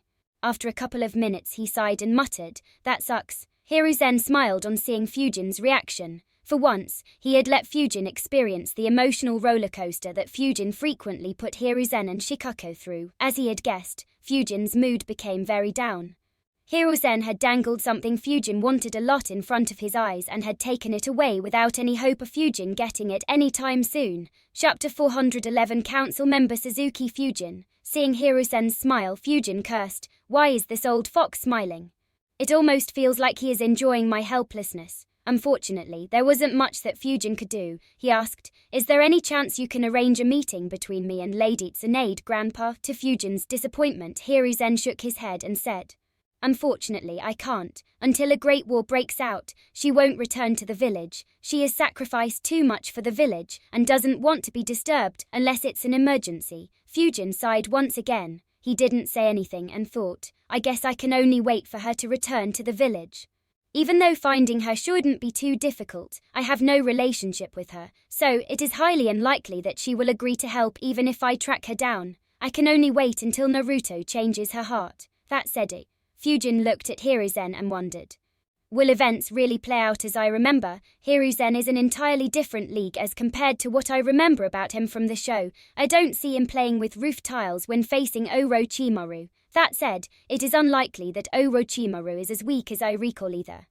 Just like Hiruzen, he barely used any good jutsu in that fight apart from Edo Tensei. Tobirama didn't use his Flying Thunder God, from what I remember, while Hashirama wasn't as overbearing as he is, even if Hashirama's strength was limited due to the Edo Tensei not being as perfect as it was during the war. He could still be far more devastating. Besides, I myself have become a factor that others must consider. Even if they don't get the news that I killed Juzo, the bounty should show that my threat is at least comparable to Kakashi's, and I am an expert in wind release. In a war, just my ability to strengthen fire jutsus will be very devastating. Not to mention, I have already created a lot of mess against Suna and Ida. Sigh, so many complications and calculations, no point in thinking too much about it pointlessly. I'll just see what happens and act accordingly. Hiruzen let out a chuckle on seeing Fujin think so deeply and said, "Don't worry so much, even if no war happens, Tsunade will eventually return to the village. When she arrives, I will ask her to help you." "Now let's talk about why I called you here." Fujin said, "Thank you, and yeah, I almost forgot that you called me here for some reason, haha." Hiruzen smiled and said, "It's good to see that you are happy. This news is related to you." Fujin raised an eyebrow and wondered. "The news related to me? But I have been in the village all the time. Did someone I know experience something good?" Hiruzen waited for a few seconds for some suspense to build up. Finally, he said, "Congratulations, Fujin. You have been selected to join the Council of Konoha." Fujin raised his eyebrows and wondered, "Konoha's council? What the hell?" he asked. "What do you mean?" Hiruzen asked. "You know what the Konoha Council is and who the council members are, right?" Fujin nodded. He had studied the council in Konoha very thoroughly. Hiruzen said, "We have decided to expand the council and add one more seat to represent ninjas who aren't from any ninja clans. I decided to appoint you to that seat, and the council supported my decision." Fujin thought, "The council supported me. I barely know anyone in it, and the council members have a lot of political influence. There is no way that they will just pass it along to someone who has no background. I guess Hiruzen played quite a few cards to make this happen. Still, this is good for me, extremely good. I wanted to enter the council before that incident took place. I didn't expect that I'd be able to join it so early." Fujin replied, "Grandpa, I barely know any civilian ninjas. How am I supposed to represent them?" Hiruzen waved his hand dismissively and said, "Even though there was no such seat earlier, the council works to ensure that everyone in Konoha is looked after properly. So you don't need to worry about it. At most, your job is to ensure that the council doesn't make any decisions that will harm the interests of the civilian ninjas. The real reason why I got you in the council is to give you sufficient power for you to be able to negotiate without any worries." Fujin was surprised. He said, "Oh, that sounds doable. All right, Grandpa, I will do my best for the village. Is there anything I should know about being a council member?" Hiruzen nodded. He briefed Fujin about additional duties he would have, about how to act in several scenarios that Hiruzen expected Fujin to face, and also discussed with him the political implications of his appointment to the council. Fujin asked several questions to clear his doubts, which were answered patiently by Hiruzen. The two talked for over a couple of hours. In the end, Hiruzen said, "Don't worry too much. Even if you meet with some issue that you are not sure how to handle, you can just say that you'll handle it later and talk with me about how to resolve it. If I'm not in the village, you can consult Shikaku." Fujin nodded and said, "All right." He let out a yawn and said, "If that's all, Grandpa, then I'll go take my nap." Hiruzen chuckled and said, "That's all, go take a proper rest. I'll hold another council meeting soon to introduce you to it." Fujin nodded. He got up and began walking when he suddenly had an idea. He turned around and said, "The ninja clans get a certain number of elemental crystals allotted to them every year, while the civilian ninjas don't have access to this. If any of the civilian ninjas ask me to raise this point, what should I say?" Hiruzen replied, "Unfortunately, the number of elemental crystals we receive is too low and is decreasing continuously. If not for the deals we made with neighboring countries, we wouldn't have been able to sustain it. So we can't allot the elemental crystals to everyone. In a few years we may need to stop supplying them to clans as well, but as of now, as long as a civilian ninja shows promise, I will induct them into Anbo and give them access to it. Just like you and Buniro, the senior ninjas will all be aware of this. So they won't bother you about this matter." Fujin nodded and said, "All right, I'll see you later." He disappeared from the office. Hiruzen stared at where he was standing and wondered, was his query genuine, or does he want more elemental crystals for himself for some reason? Hasn't he already reached his limit of using them? Hiruzen thought for a bit but couldn't reach any conclusion. After a few minutes he dropped it and returned to his work. Fujin appeared in his house in less than a minute and thought, "That's a shame. Though wind crystals no longer have much of an effect on me, while fire and earth crystals are too slow to absorb, I haven't tried absorbing energy from the lightning crystals since the Chunin exam. Had Hiruzen given me the crystals, I could have used the lightning ones in secret. After all, while Hiruzen can monitor the Anbu training facility, he can't monitor my house. I'll leave it. It's highly unlikely that my rate of absorbing lightning energy will increase as it happened with wind crystals. Anyway, this is quite good news. I wanted to enter the council before Akatsuki started making their moves. I thought I'd have to influence Tsunade into creating such a seat for me. By then, considering how much stronger I'd have grown, I would have been able to force my way in. I never thought Hiruzen would solve this issue for me so early. This will make implementing that plan much easier, and the backlash will be smaller as compared to if I had just joined the council and displeased some of the members due to having forced my way in. Fujin yawned again and rubbed his eyes. He muttered, I really need some sleep. I'll see how this goes after the first meeting is arranged. Fujin went to sleep. While he slept, news spread rapidly throughout Konoha. The news that a new council member had been appointed surprised many people. The fact that the new council member was supposed to represent civilian ninjas brought joy to the vast number of civilian ninjas in Konoha. Though a few people were skeptical about Fujin's selection for that seat, no one said anything, considering his high bounty and the fact that the third Hokage had recommended him for the spot. Irrespective of whether people were pleased or not, everyone was talking about the new council member Suzuki Fujin. Chapter 412 RIP Privacy. It had barely been an hour since the sun rose. In one of the many training grounds inside Konoha, a young man was sitting with his back against a tree while breathing heavily. As he caught his breath, Fujin thought, nothing like an intense morning workout to clear up my mind. Now what do I do about this situation? Due to his tiredness, Fujin hadn't thought much about getting into the council. Fujin analyzed. I recall thinking about creating a faction inside Konoha post the Fourth Great Ninja War, taking advantage of the void created by Danzo's death and the insane number of deaths in the war. Though I had given up on it, to think I would receive a position that would allow me to do just that with ease. Fujin began thinking about his old idea about spreading his influence among the many orphan ninjas in Konoha and the civilian ninjas. After a while, Fujin shook his head and decided, no, it is sort of pointless. Even if it is after the war, such a faction will be heavily monitored by every force in Konoha. I will have to engage in a lot of political battles for gains that won't be of any use to me. This isn't the same as creating an organization outside Konoha. I will have full control over such an organization with little to no outside influence. I can use them to do work that would be very shady for someone in Konoha to do openly. But a faction inside Konoha won't have such an unrestricted environment. Leave it. If I want more influence inside Konoha, I'll directly contest the post of Hokage. Though my reputation inside Konoha is far lower than Kakashi's and the Sanin's reputation, it will change in the future, irrespective of who the enemies are in Konoha Crush. That war will allow me to rapidly increase my reputation and influence. Once Akatsuki starts gaining fame, I can pick on their members to increase my reputation further. My current prowess is sufficient to neutralize Haiden from the future, once Wind Domain is ready.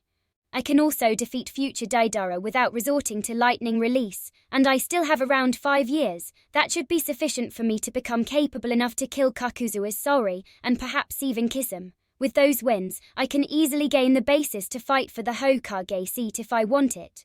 And that is without considering Flying Thunder God and Sage Mode. As long as I get any one of them down, it's likely that Kakashi might not even want to compete against me, so there isn't much point in creating a faction inside Konoha. I'll just focus on increasing my influence while spending as little of my time and resources as I can. Having made his decision, Fujin got up and began walking to the Hokage's building. He had already informed Naruto that he would be busy for around a week, so Naruto hadn't visited him for training. Fujin entered Hiruzen's office and thought, I wonder what office he will be giving me.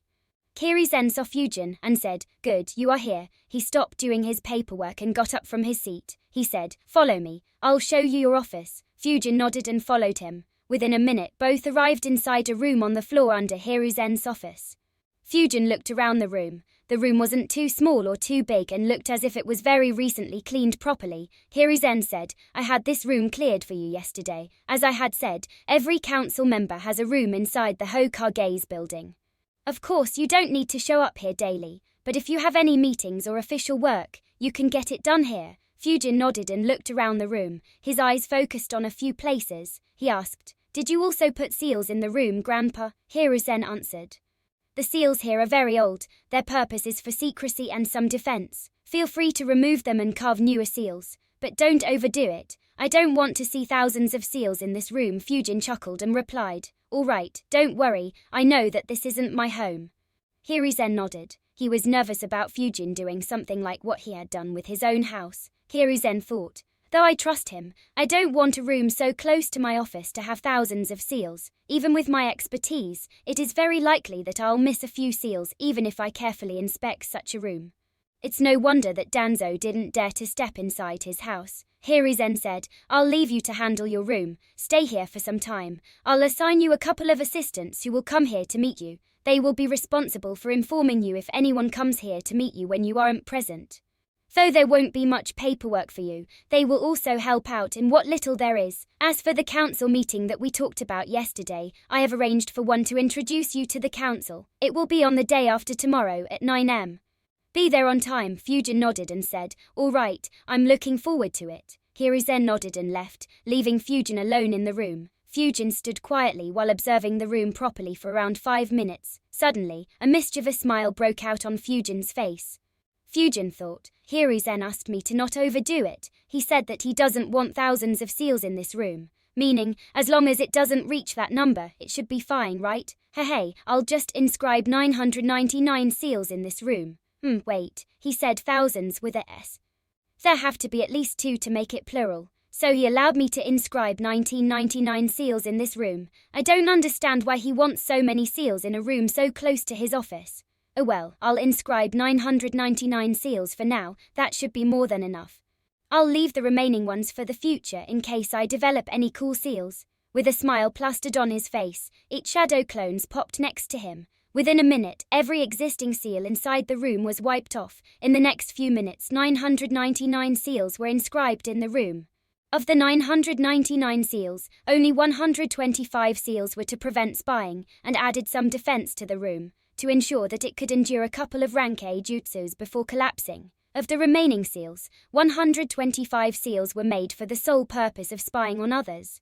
Of course, Fujin wasn't completely unbridled. Though the seals could spy, he didn't make the seals strong enough to break through the privacy seals in the remaining rooms despite being able to, Fujin had analyzed. Even though my Fuin jutsu skills are great, I shouldn't look down on others. Hiruzen will definitely notice it if I use it several times. Others might notice too, especially if I can break through privacy seals. But as long as I don't do that, the chances of anyone discovering it will be low. Even if they do, they can't do anything. Since Fujin dared to do something like this, he had implemented countermeasures. After all, those were just 250 seals. Fujin's shadow clones inscribed 500 seals just to hide those 250 seals. All the important 250 seals were thus hidden under several levels of disguise and cover.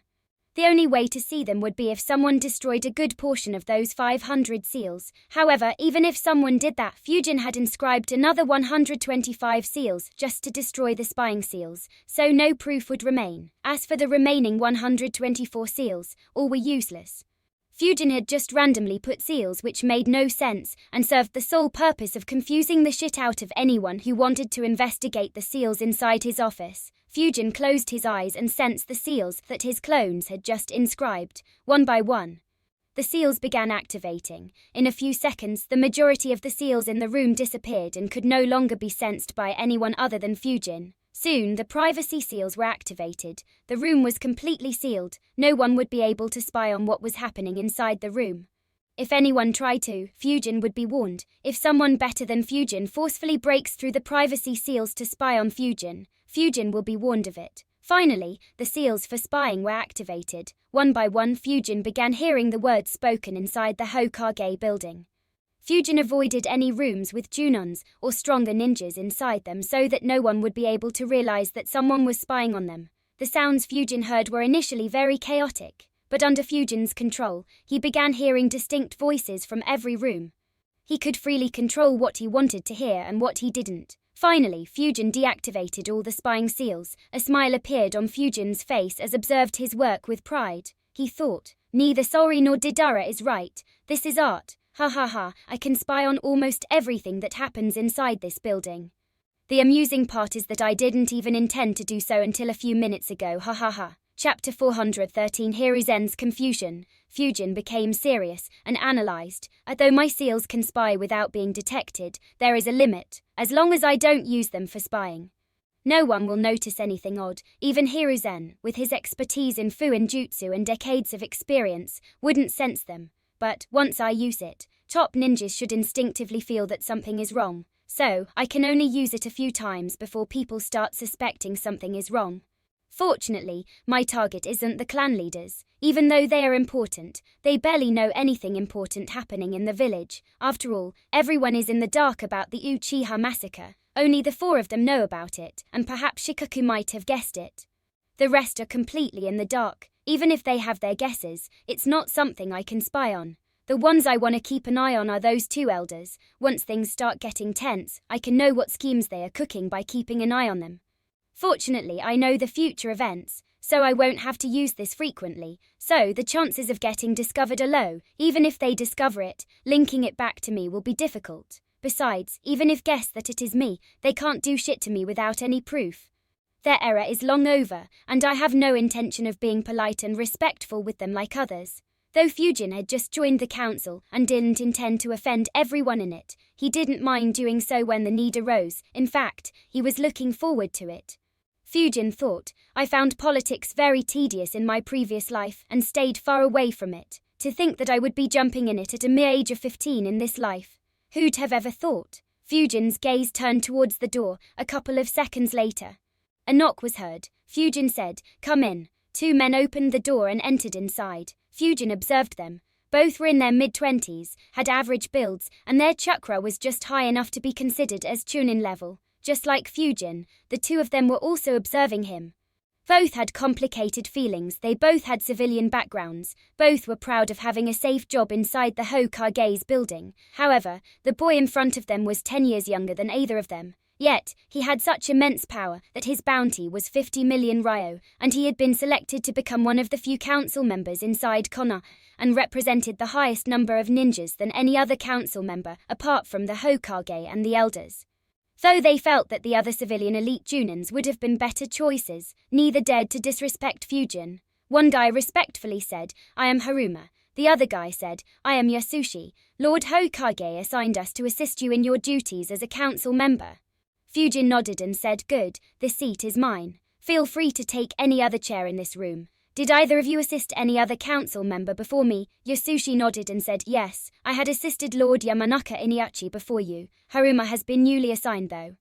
"So it's his first time assisting a council member," Fujin said. "That's good. You can guide Haruma on how everything's done. Did Lord Hokage give you my information?" Yasushi answered, "Not much apart from your name." Fujin said, "I see." Fujin thought for a few seconds and instructed, "I'm not sure how Iniachi handled his council duties. As for me, I won't be in the office often, so you 2 will have to handle anyone who wants to meet up with me. If there are any visitors, you will make a note of who it is and send a report to my house in the evening.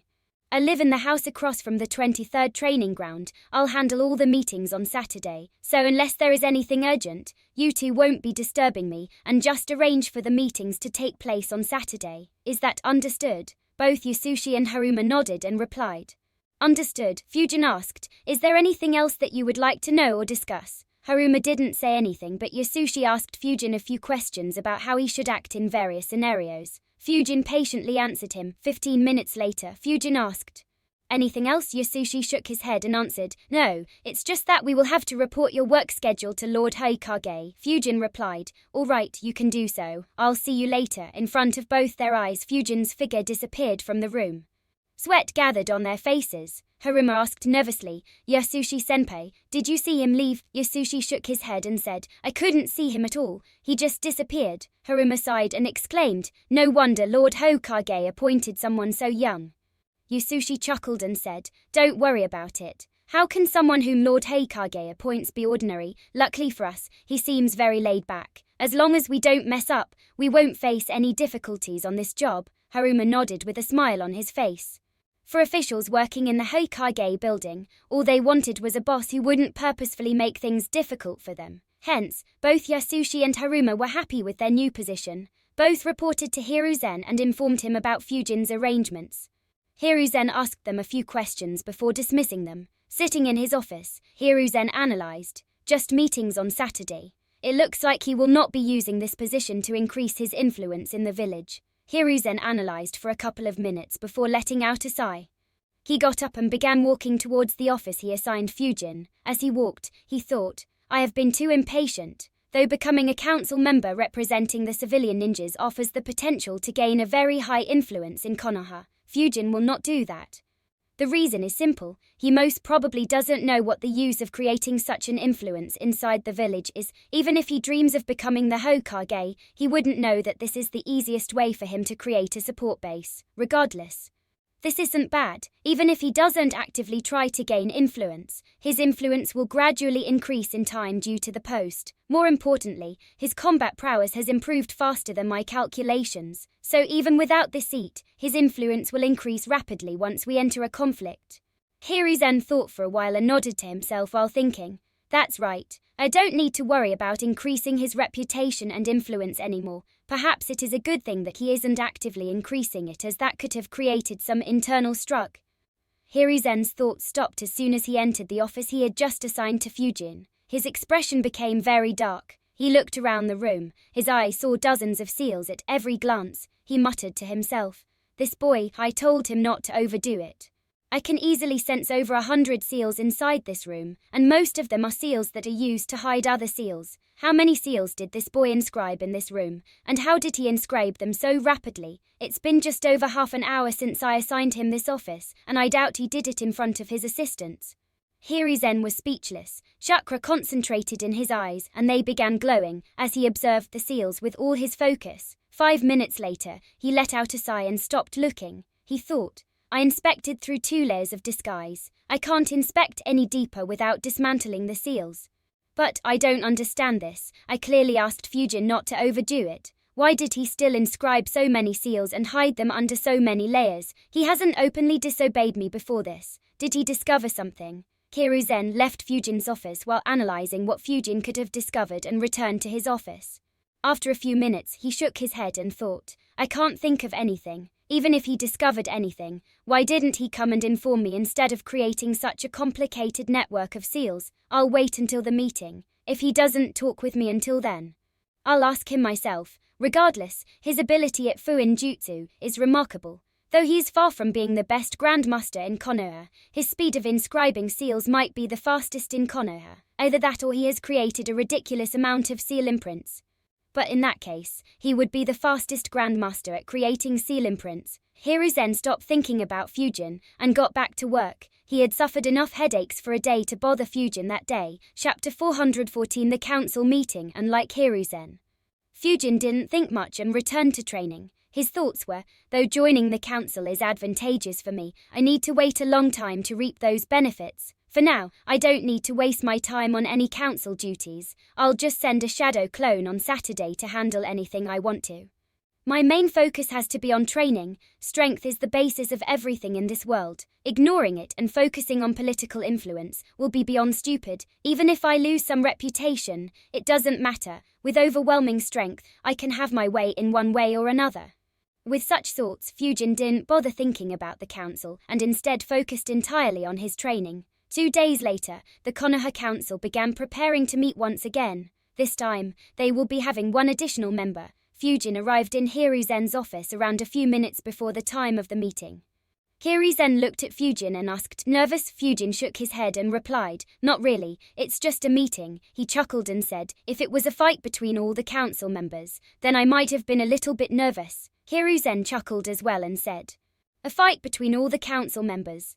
Now that would be a sight to see. At the same time, he thought, fortunately he can't create a mess in the council like he did in the Land of Wind. Still, he didn't say anything about those seals. Hiruzen instructed, meet me in the office after the meeting is over. Fujin nodded. The two left the office and walked towards the council room. Since it was his first time in the council, Hiruzen decided to introduce Fujin to the council himself. When the two arrived, everyone else was already present in the room.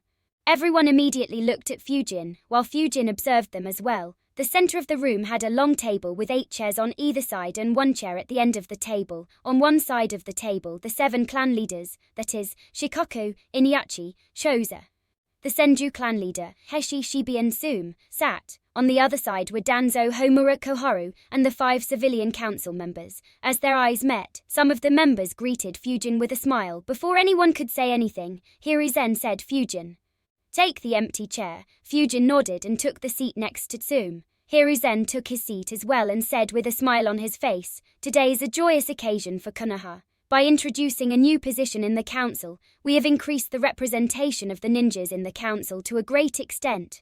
In addition, our council also welcomes a very talented young ninja to join our ranks. I know that several of you haven't met him yet, so I'll let you get familiar with each other." Once again, every eye in the room focused on Fujin. Sitting next to him, Tsume said, "You brat, it has barely been 4 years since I saw you in the Chunin exams. To think that you would join the council so soon. Congratulations." Fujin smiled and said, "Thank you, Tsume-san." Following Tsume, Shikoku lazily said, "Welcome to the council," with a smirk on his face. He added, "I'm looking forward to your performance here." Everyone in the room was experienced at scheming. Shikoku's smirk didn't go unnoticed. Immediately everyone began thinking about the meaning behind his smirk and words. The one who analyzed it the most was none other than Danzo. Right after Shikoku, Choza smiled at Fujin and said, "It's good to see you again, Fujin." Fujin smiled back at Choza and nodded his head. Iniachi said, "I have heard a lot about you from Fumito. It's good to finally meet you in person. Welcome to the council." Fujin smiled and said, "It's good to finally meet you as well, Iniachi-san." The Senju clan leader looked at Fujin and said, "So you are Suzuki Fujin? It's good to finally see you. That brat Rinjiro turned my hair white by telling me stories about how impressive you are." Ha ha ha, Fujin looked at the Senju clan leader. In terms of age, he looked to be older than anyone else in the room, even older than Hiruzen and the elders. His hair had long turned white and wrinkles could be seen on his face, yet he still seemed very lively. Fujin smiled and said, "Rinjiro Sensei frequently talked about you very fondly as well, Hiramasa-sama. It's great to see you in person." In terms of strength, Hiramasa had long regressed. Even at his peak he was never known to have reached rank S. If Tsunade had stayed in the village, she could have claimed his position at will. However, as the clan leader of his sensei, Fujin decided to treat him respectfully. Hiramasa smiled and said, "Good, Rinjiro got lucky with his students. I wish my Senju clan would have a promising youngster like you as well. Then I can finally retire and live peacefully." Ha ha ha, he once again broke out laughing. Fujin smiled while wondering, is he genuinely saying that, or is it an indirect way of inviting me into the Senju clan? I can't say for sure. The Senju clan, after the creation of the village, has been weird. One by one, the remaining members of the council introduced themselves to Fujin as well. The only ones who didn't were Hiruzen and the 3 elders. With the introductions out of the way, Hiruzen said, "Though this isn't the time for our biannual meeting. Since we are here, we might as well deal with the issues that have arisen recently. I believe all of you have something to discuss as well." The council meeting began officially. Fujin didn't have anything to discuss, so he merely paid attention to the topics that were discussed. A number of issues, ranging from food and trade to border patrols and clashes with enemy squads, were discussed. However, since nothing serious other than Juzo's death had happened in the last month, the discussions didn't get intense. Round 3.5 hours later, the discussion finally came to a halt. Hiruzen said, "If there is nothing else, I will end the meeting now." Everyone was about to get up when Danzo said, "I have noticed something that is very important for the village recently. I'm afraid that if we overlook it, our village will fall in grave danger in the future." Danzo's words caused a few members to frown. Everyone looked at Danzo. Danzo waited for a few seconds before continuing. "I observed some of the academy students who will be joining the final year after the vacation. What I saw was just too disappointing. Compared to a few years ago, the standard of students has dropped drastically in almost every aspect. I looked into the reasons behind it. I noticed that the teachers in the academy have become very lax. Another possible reason is that several experienced teachers resigned a couple of years ago. As a result, the quality of teaching and discipline has dropped severely. If we continue down this path, our future generation will be handicapped." The frowns on the faces of clan leaders eased. Though Danzo had spoken big words, none of them felt it to be much of an issue. Their thoughts were in line with what Hiruzen had told Fujin. Fujin looked at Danzo and thought, "Weird. I don't think any such change had happened in the original story. Did Danzo bring this up because his spies observed Naruto more closely because I trained him? Or would he be shut down by others and the training process will stay the same?" Fujin was interested in observing in which direction the debate would go. Iniachi shook his head and said, "We can't maintain full intensity all the time. Doing so will cause our village to collapse due to exhaustion." It's the same reason why so many capable teachers retired. Our village is finally in a stable position. Our ninjas deserve rest. Danzo replied, how can you slack off when our future generation is at stake? Even if there is exhaustion, it won't affect the academy students. We need to make the academy stricter and raise the standards of our students. He glanced at the clan leaders and added, I know that you have plans for your children, so I won't interfere in the elite classroom. However, the teaching in the other classrooms has to be made stricter. Students have to meet certain standards even to be included in the reserve forces, otherwise none of them will have any hope of ever becoming chonins. Haishi asked, who in the Genin reserve force even becomes a chunin? The number of ninjas who manage to do so is too low to matter. Any talented ninja is identified in the academy, and the village makes efforts to ensure that they gain strength. Though your words sound good, forcing teachers to concentrate on hundreds of students for decades is unrealistic. We need to give them rest so that they can overexert themselves when the village needs them to. Every clan leader nodded, agreeing with Haishi's words. The 5 civilian council members didn't have anything to do with the conversation. Fujin, Hiruzen, Homura and Koharu just observed. Danzo looked at Haishi and others and said in a plain tone, if the academy can't do it, then let the route be restarted. I'll take in the untalented ninjas and raise them to be strong enough to become Ambu. Chapter 415 Fujin's response. A frown appeared on the face of every clan leader. Not one of them wanted the route to restart officially. Apart from the Hugo clan, every clan had to contribute a significant amount of their talents to the route in the past, and no one was happy about it. Shibi snorted and asked, since when did Root begin taking in untalented ninjas? Over the last few decades. More than 1,000 talented ninjas were incorporated into the route. More than half of them died during the training phase itself, and despite such losses, not a single rank S ninja came out of the route. Danzo argued back, the route's contribution to the village is unquestionable. Without Root, Konoha would have had to face the full force of all our neighbors. Even if no rank S ninja appeared in the route, its contribution far exceeds that of any rank S ninja. He looked at Chibi and added, as for your words, this time I will take in the ninjas ranked last in the academy and raise them. Using your words, there won't be any loss to the village, right? Fujin was impressed by Danzo's words, he thought. Impressive indeed. In terms of words, he is as good as Hiruzen. Even if Danzo recruits only untalented ninjas at first, once his authority increases, he will immediately pounce on talented kids from the clans. I wonder how the clan leaders will oppose him. As he thought, Fujin's gaze turned towards Shikoku. As Fujin expected, Shikoku said, Elder Danzo, no one in this room is a fool, so stop treating us as one. Restarting Root is out of the question. However, I can understand your concerns. Though Root won't be started, we can make arrangements for Root instructors to teach students in the academy. We will even have the regular teachers assist Root instructors in the academy to have the optimal result.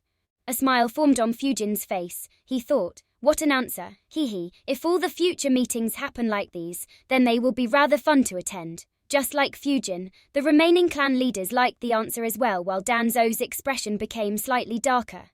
Shikoku's reply showed his strong stance against restarting the route. At the same time, he also gave a way for Danzo to solve the issue he had raised. In addition, by saying that the academy teachers would aid the route instructors, Shikoku ensured that they could keep an eye on what the route instructors were doing and ensure that Danzo wouldn't increase his influence. Of course, Danzo wouldn't accept difficulty so easily. He replied, how can that be the same? The methods of teaching in the route and the academy are completely different. It won't have any effect on the students. Shikoku immediately replied, that's not right. According to you, the reason why the academy students are lacking is because the teachers aren't good enough and are taking it easy. Since route instructors don't share the same problem, they should be able to deliver much better results. Danzo argued back. They will, but they won't be able to raise them to Amber standard by training them in the academy. At most, they will become stronger than a normal genin, while a few will become chunings. That will be a huge loss for the village. That is why I insist that the route program needs to be restarted. Shikoku was about to reply again, however Danzo stopped him. Danzo knew that an argument between the two of them would be endless and without much point. He said, almost all of the students who are at the bottom ranks are from civilian backgrounds. I would like to hear what the council member who represents the civilian ninjas has to say on this matter.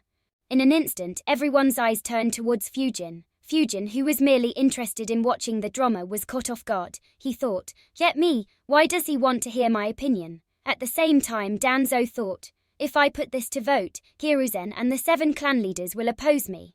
I can get the remaining 8 votes in my favor. Previously, Hiruzen could use his extra vote to reject my proposal, but now it depends on Fujin. Though I don't have much hope of him voting in my favor, it will allow me to see if Hiruzen was sincere when he said that Fujin won't listen to everything he says.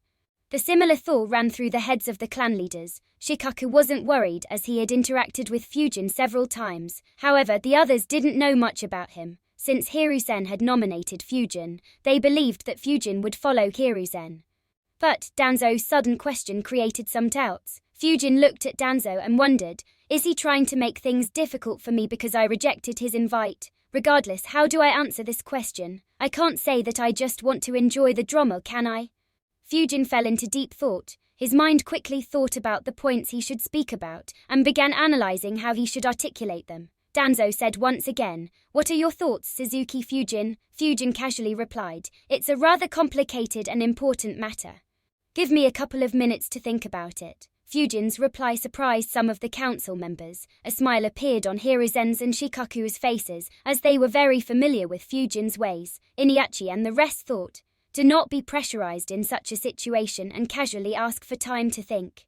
He is impressive. For the next couple of minutes, everyone in the room looked at Fujin, who sat calmly without looking at anyone. Finally, he looked at Danzo and said, "The point of academy students not having sufficient training is valid. I have been in contact with one of the students and the lack of proper training is rather apparent." Fujin's words caused some of the clan leaders to frown. At the same time, Danzo became hopeful. He had expected that Fujin would directly refute him, so Fujin's words were a pleasant surprise to him. Fujin continued, "However, I'm afraid that sending them to Root would cause a calamity in the village and will cause an existential crisis for the village. From your earlier discussion, it seems like more than half the talented kids recruited into Root die. I'm not sure how the clans in our village are able to bear such high costs, but the civilian families in the village can't bear such costs. After all, most families have only 1 or 2 children. If dozens or worse hundreds lose all or half their kids while the kids should have been studying in the academy, I'm afraid that it would cause widespread riots in the village. As a result, no family would be willing to send their children to the academy. We would lose the main source from where our village gains new students. So while I do agree with your observations, I'm afraid that your solution would just make matters far worse very quickly." Fujin's answer caused a smile to appear on Hiruzen's face. He thought, a very good answer. He used Danzo's tone and made the problem sound far worse than it was. With such an answer, the 5 civilian members can't support Danzo or they will face backlash and could get replaced. With his answer, he not only took away the 5 votes that would have been in Danzo's favor, but even turned them in his favor. I wasn't mistaken in wanting to make Fujin a negotiator and including him in the council. Shikaku smiled as well and thought, I'm so happy that he retired from the Ambu. From his eyes, it seems like he might have some hostility with Danzo. Good, I can use him to deal with Danzo in the future and rest even more in the future. The remaining council members also began seeing Fujin in a new light. Other than Choza and Homura, no one expected such an answer from Fujin. Even Choza and Homura were impressed as Fujin spoke in a high-pressure environment instead of casually discussing with Hiruzen. Danzo's expression became dark once again. He countered, "Ninjas are tools for the village. They should be prepared to sacrifice their lives for the good of the village." Fujin replied nonchalantly, "Good luck convincing anyone how losing 50% ninjas during training is good for the village. Besides, the academy students aren't ninjas, so I'm afraid that your logic doesn't hold true. Your methods would just give our village a bad name, like the village of the Bloody Mist. I'm sure that no one here wants our village to meet the same fate as Kirigujka." Danzo replied, "That's completely different. Don't compare my methods to their barbarian war." Finally, Hiruzen interrupted, "That's enough. Restarting Root has far more disadvantages than advantages. That is very evident from the discussion that we just had. Unless you want to put it to vote, this discussion ends here." Danzo looked at Hiruzen but didn't say anything. He was aware that he would lose if a vote happened, so he didn't bother asking for one. Hiruzen looked at Fujin and asked, "What are your views on how to improve the training for the students?" Chapter 416 Fujin vs Danzo. Hiruzen looked at Fujin with a smile on his face. Fujin's answer had impressed him, so, instead of letting Danzo keep arguing, Hiruzen decided to see what solution Fujin would come up with. Fujin thought for half a minute and answered, I can understand exhaustion hitting the teachers. In the 4 years I was in the academy, every teacher enthusiastically helped us. Even if they weren't our assigned teachers, they still guided us if we asked them to. In addition, the exams were held in a way that promoted competition among us. Though doing that isn't sustainable for a long time, we can just work around it. For starters, since our village is in a stable situation, the teachers don't need to pester the students and keep checking their progress frequently. Instead, we can just create a curriculum that the students will find cool and would want to learn by themselves and even compete without the interference of a teacher. Though there will still be some who would slack off and not give their best, it will give an opportunity for the rest to improve during their basics and lay a foundation for them to get stronger in the future. Perhaps a few will get engrossed in the training and keep exploring it further. This will allow us to see which students are serious and determined about becoming strong ninjas and check how talented they are. We could focus on such students, even if they don't show sufficient talent to be included in the elite batch. We could form another batch that is made of such students. The teachers guiding this batch should be as good as the elite batches, and training intensity should be kept high. Fujin's words made the experienced ninjas in the room think. However, within a few seconds, everyone was a bit disappointed. Shibi thought. His previous answer was just too good. Though this answer isn't bad, it doesn't live up to the expectations. Danzo voiced what everyone was thinking. He said in a taunting tone, if only we could create such a curriculum that students would enjoy and follow voluntarily instead of being forced to do so. Fujin waved his hand dismissively and replied, it has been nearly a century since you were in the academy, so it is normal that you don't remember, or perhaps those were different times. Fujin's words amused the council. Only Danzo, Homura and Koharu cursed internally, while Hiruzen felt a bit awkward as he was of the same age as them. Fujin ignored everyone and continued, regardless, there is no need to change the curriculum. After all, a curriculum where students would enjoy everything in it simply doesn't exist. Even if someone makes it, students will eventually find that tiresome as well. What we need to do is just stick with the current curriculum, and just add a few things that students would enjoy far more than the normal curriculum, and take an interest in doing it. For instance, there is likely no student in the academy who wouldn't like to walk up a tree or to walk and run on water. A teacher just has to introduce these to the students one by one and let them learn them by themselves without bothering to monitor or grade them. Their chakra control will improve far quicker than by only doing the leaf concentration exercise. We could introduce tree climbing in the 2nd year and water walking at the start of the 3rd year. At the start of the 4th year, we could introduce nature manipulation. Though the training for nature manipulation is boring, the jutsus themselves are fun. Rank A&T jutsus can be performed without needing to train in nature manipulation, so by the time students reach their final year, the majority will have good chakra control and some basic jutsus of 1 or 2 elements. A few will work hard on nature manipulation and show good results in it. If that ignites competition among the rest, then there is a chance that even the classroom I recommended earlier might produce stronger ninjas than an elite classroom. Fujin's words made the ninjas in the room think. After a couple of minutes, everyone nodded. Shikaku commented, that's a good suggestion. With minimal work from the teachers, the students would build a strong foundation for themselves. Shoza added, true, even though it will only make most students slightly stronger. There is a chance of a few promising talents being found who can become much stronger in the future. Even if it doesn't work, we won't lose out on anything, considering how little effort we have to put in. Everyone agreed with their words. Hiruzen looked at everyone's reaction and said, all right, the academy will follow these suggestions. Though we won't be able to apply it perfectly to students who are about to graduate, we will begin introducing these 3 steps in phases. In addition, I will also restart the mentorship program where retired ninjas and ninjas who aren't extremely active will have to mentor 5 students in their free time once a month. Does anyone have anything else to add? Danzo immediately said, this isn't enough. The chances of someone becoming a Junin through these methods are almost nil. Having stronger Genins won't make any difference for Konoha in the war. To make an impact, we will need a large number of Chunins to appear out of the ninjas from normal classrooms. Danzo looked at Fujin and said, though your methods seem good, just leaving it to students and hoping that they take training seriously isn't the way to train ninjas. Fujin replied, forcing kids is never the way to teach children. The children will be resentful and will slack off the first chance they get.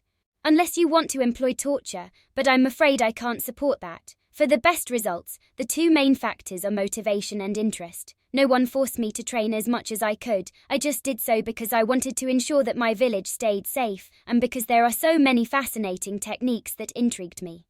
Danzo shook his head and said, just because it worked for you doesn't mean it would work for everyone else. Fujin smiled and said, the fact that it worked for me makes your argument void. If you want to insist on it, range for any of your current or former Root ninjas who were trained by Root to face me in a one-on-one spar. I wouldn't even insist that they be the same age as me. As long as your chosen ninja defeats me, I will accept that your method is better. Fujin's words once again caught everyone's attention. Koharu thought, what a devious brat, to openly say that Root still exist and challenge Danzo and the Root when Danzo can't fight back. If Danzo did, it would be admitting openly that Root still exists, and everyone would be forced to dismantle the Root for good. Besides, Root doesn't have any rank S ninja, even though Root ninja might have the benefit of his skills being a secret. Fujin's skills aren't known to anyone other than Hiruzen either.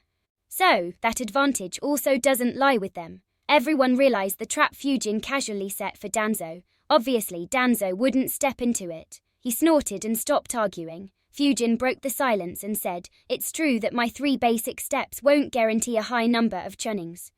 However, that is because my idea is based on minimal efforts from the academy so that the workload doesn't become too high. If we make some changes to the academy, then we might see better results without the teachers having to overexert themselves, Fujin thought. Although this world is far more devious and cunning than my previous world, it is also ravaged by wars. As such, the school system hasn't had centuries to improve slowly, until Tubarama started the academy in Konoha and other villages replicated it. A proper school system was basically non-existent in this world. Even after the academies were created, the world has been through several wars, so the academies have been solely focused on producing more ninjas to fill in the numbers. It hasn't evolved like in my previous life. I can easily apply some basic knowledge from my past life to revolutionize the academy here. Fujin's words intrigued the council once again. Hiruzen asked, what changes do you suggest? Chapter 417 Revolutionary Changes to the Academy. Fujin replied, off the top of my mind, I can think of 2 changes. The first one is rather simple, that is, specialization. I recall that we were introduced to various specializations in the academy, however nothing was taught regarding it. In addition, it was only mentioned to elite batches, while the normal batches weren't introduced to this. We could add additional classes where students are taught about specific specializations, like Genjutsu, Taijutsu, Fuinjutsu, Medical Ninjutsu, Sensor, Tracking and Investigation, Scouting, Elemental Ninjutsus, and so on. Though I haven't seen how Konoha was in the past, considering the various clans in the village, the clans covered most of these bases without the village needing to put any effort into it. However, the same doesn't apply to students from civilian backgrounds. They have to learn just the basics taught in the academy. If they don't take the initiative to learn about it, they will never know these options. By introducing specializations, we may find that some students who seem ordinary at the basics taught in the academy might have hidden talent or extreme interest in one of these fields. While this may not produce elite junins, it does have a scope to produce a high number of special junins from civilian backgrounds. Their numbers might even touch 100 every year. In the future, they might become the backbone of our army. We could introduce these specialization classes in the second half of the 3rd year, as most of the students would have good chakra control due to learning tree climbing and water walking by then. In the 4th year, we can make these classes optional, so that everyone just attends the specialization that interests them. In the final 2 years, when the students have chosen their specialization, we can segregate them into different batches based on their specialization with teachers that have the same specialization. Perhaps we could even arrange for some retired ninjas to show up once in a while to assist the teachers with their knowledge and experience or inspire the students with their stories. Of course, not every student should be segregated as per specializations. If there are some students who don't want to specialize in anything, they can continue in normal classes, and there will also be students who want to specialize in several fields and have the talent and determination to do so. We can include such students in elite batches and focus on trying to make every student in that batch at least a junin. Fujin looked around the room and added, that said, such a change will increase workload a lot in the short term. The academy will need to hire more teachers and build more classrooms. However, in the long term, this workload can be decreased with the second change. That is, creating clubs. We can create student-only clubs in the school with each club in a particular field, just like the specializations. For instance, there can be a Fuin Jutsu club or a Genjutsu club and so on. Each club will have one teacher to handle any issues.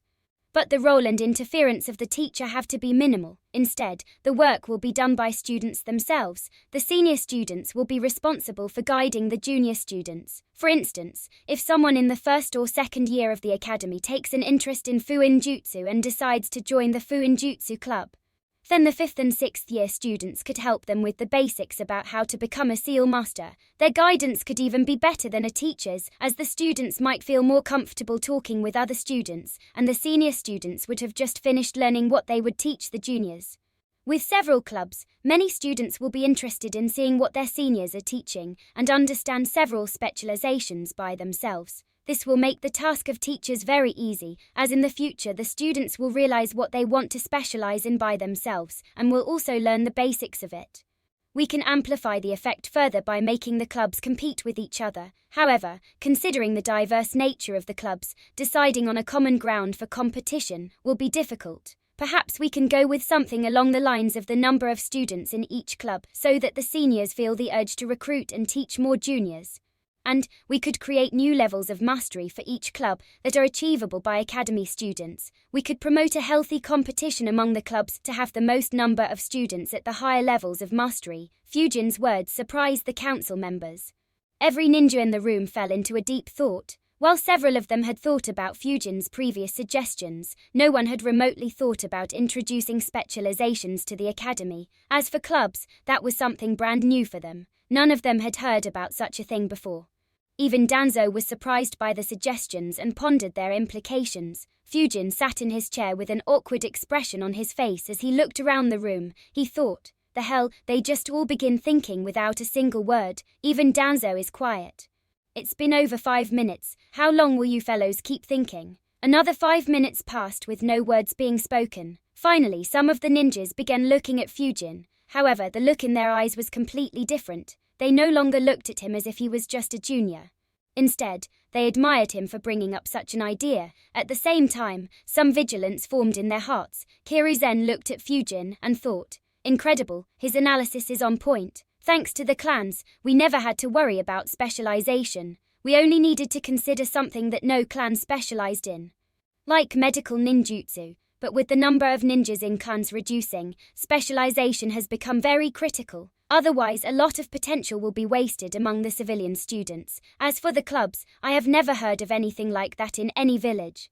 If it works like how he portrayed it, then it might be the best thing for the village after Sensei's decision to create an academy. Kiruzen was extremely pleased with his decision to forcefully include Fujin in the council. At the same time, Shikaku also saw Fujin in a new light.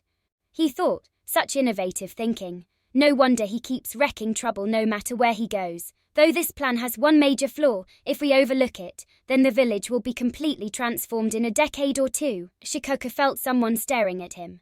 He looked around and noticed Hiruzen staring at him. Suddenly, he had a bad feeling. He cursed, shit, Hiruzen will throw the work of modifying the academy on my head. How does this brat still keep getting me in trouble? This thing is almost as troublesome as that issue with Suna. Although Fujin meant well, he overlooked one major issue with his suggestion, an issue that everyone else noticed. However, no one brought it up as it wouldn't have looked good. Danzo observed the clan leaders as he analyzed. Good plan indeed. It will transform the structure of Konoha's forces. However, he is directly intruding into the interests of the clans. Right now, most specialization is done by ninjas from clans. They get the special Junin ranks, while most of the civilian ninjas stay at Genin or Chunin ranks. If these suggestions are implemented, the clans might not be pleased and might view it as a threat. Danzo immediately sensed an opportunity. However, he knew that it wasn't the best time to make use of that flaw. Instead, he patiently waited for Hiruzen's decision. Since Danzo could see the flaw and understand the implications, Hiruzen could as well. Hiruzen looked at the clan leaders and observed their expressions. After a couple of minutes, he said, "Your ideas are very impressive, Fujin. They have the potential to revolutionize the Ninja Academy. However, implementing it will be difficult. We need to figure out what specializations to include, who to hire, and how the clubs should be formed. We will also need to decide whether it will be safe for students in clubs to teach their juniors. In addition, we will also need to figure out what to do if one specialization gets a lot of students while the rest don't. Fujin nodded. Hirizen's concerns were valid. Hirizen added, since such a move will also require students to have good chakra control, we won't implement it this year. Instead, we will move forward with Fujin's earlier suggestions and implement them as soon as the academy starts. This year, we will finalize all the details regarding specializations and clubs and decide how to implement them starting the next year. Does anyone have an issue with this or any better suggestions? No one answered. Hirizen said, good. His expression hardened as he looked around the room. In a serious tone, he instructed, this goes without saying, but nothing we discuss today should be leaked outside. Once we implement these changes, it is inevitable that other villages will find out and try to replicate it. However, they will need several years to understand the implications behind these actions. That will allow Konoha to get an edge over the other villages. If we pull it properly, then our armies will be far stronger than any other village for quite some time. Hence, nothing should get out of this room. Is that clear? Everyone nodded in response. Hirizen looked around the room and said, we will end this council meeting here. Unless something comes up, the next meeting will be as per the normal schedule. Chapter 418 Hirizen's Hidden Message. The council meeting finally ended. Hirizen and the three elders left immediately. Fujin was about to leave as well when Choza stopped him. For the next 15 minutes, Fujin exchanged pleasantries with the clan leaders. They praised Fujin for his ideas, and a few invited him to visit their clans later. The civilian council members also wanted to greet Fujin. However, seeing him busy with the clan leaders, the 5 of them left as well. Fujin politely replied to all the clan leaders and accepted their invites, as it would have been rude to reject it. After getting free from them, Fujin returned to Hirizen's office. In Hirizen's office, Hirizen was analyzing Fujin's idea. He thought, although his idea is very good, it will pose a threat to the clans. What to do? Hirizen analyzed the issue properly. After a few minutes, he concluded, no, this is unavoidable. The number of ninjas from the clans has already dropped to less than half. If another great war happens, that number will drop even further. If ninjas from civilian backgrounds can't keep up with the clan ninjas, then the village will be very compromised after the end of the next war. It was a concern that we had for several years, but we couldn't think of any good solution other than taking more efforts in the academy and inducting more civilian ninjas into the Ambu so that they can be trained more. However, making them capable enough to reach the Ambu was a challenge. Fujin's recommendation properly fills this missing link. Not to mention, even though the civilian ninjas would become special junins in large numbers, the ninjas from the clans would still have the advantage. After all, the civilian ninjas won't have access to secret techniques and Keki Genkai, so in their fields, the kids from ninja clans will have a huge advantage. Yeah, it should be fine. I will just have to convince the clan leaders one by one. Most of them should see the big picture. I'm just afraid that Danzo might make some moves. Fortunately, everyone is on guard against him. Perhaps I should make the clans change their focus on creating junins rather than just special junins. As Hiruzen was thinking, Fujin entered the office. Hiruzen looked at him and smiled. He said, you did great in the meeting today. I didn't expect such a surprise from you. Fujin smiled and replied, they were just some ideas I had that I felt might benefit the village. I'm glad that I got to present them. I didn't think that you would value them so highly though. Hiruzen replied, the academy hasn't been revamped in a long time. Your suggestions were invaluable. You might not see it at your age, but in a couple of decades, you'll see the change that your ideas bring in. Anyway, I have another important matter to discuss with you. Fujin wondered, so he hadn't called me to his office to just take feedback on how I felt and give me some advice. Fujin asked, what is it? Hiruzen asked in a serious tone, did you notice something odd in this building? Hiruzen's question surprised Fujin. Fujin thought, what the hell, is there something wrong with the building? Shouldn't he be checking it himself rather than asking me? Or does he want a second opinion because he suspected something but couldn't find it? Hiruzen noticed Fujin's expression and frowned as well. He became completely confused by Fujin's actions. Fujin analyzed but couldn't think of anything. He shook his head and replied, I never checked this building much. Has there been an issue recently? Hiruzen looked into Fujin's eyes and asked, if you didn't notice anything odd in the building, why did you inscribe so many seals in your office? Fujin was surprised once again. He thought, that's it, for that thing he made me think so much. He smiled and replied, I followed your instructions, Grandpa. Hiruzen's left eye twitched on hearing Grandpa. He asked as steadily as he could, "What do you mean? I asked you to not overdo it. So why did you still inscribe hundreds of seals?" Fujin tilted his head and asked, "But isn't that what you meant?" Grandpa, this time, Hiruzen fell into a dilemma. He asked, "What do you mean?" Fujin explained, "You asked me to not overdo it. At the same time, you told me to not inscribe thousands of seals. Didn't you imply that it is fine to inscribe hundreds of seals? I assumed that you wanted me to make those because you couldn't do so for some reason." Hiruzen was dumbfounded by Fujin's response. He wondered, my words meant that. How? Hiruzen had a headache. Thoughts ran through Hiruzen's brain at the speed of light. He realized, though outrageous, my words could actually be interpreted like what Fujin understood. But that isn't what I meant. How did he even reach such a conclusion? Fujin maintained a neutral face, but seeing Hiruzen being so stressed amused him to no end. Finally, Hiruzen asked, "What do those seals do?" Fujin replied, "Nothing. You didn't say why you needed me to inscribe those seals, so I just inscribed some defense and privacy seals and hid them under a few hundred stealth seals of different types for disguise. This way, I can inscribe the seals that you want when you ask me to, and no one will suspect a thing." Hiruzen replied, "All right, I'll let you know when I want you to. You can leave for now." Fujin smiled and said, "All right, see you later, Grandpa." He turned around and left. As he left the building, a wide grin appeared on his face. Back in the office, Hiruzen massaged his forehead. He muttered in defeat, "Now what do I do about this boy?" Fujin's reasoning left Hiruzen speechless, though he could ask Fujin to remove those seals. Since Fujin had already inscribed them and offered Hiruzen to take advantage of them in the future, he decided to let them be for the time being. Of course, that didn't do anything to ease the headache he was suffering. Hiruzen thought, "I'll have to be very careful with the words I use in front of him.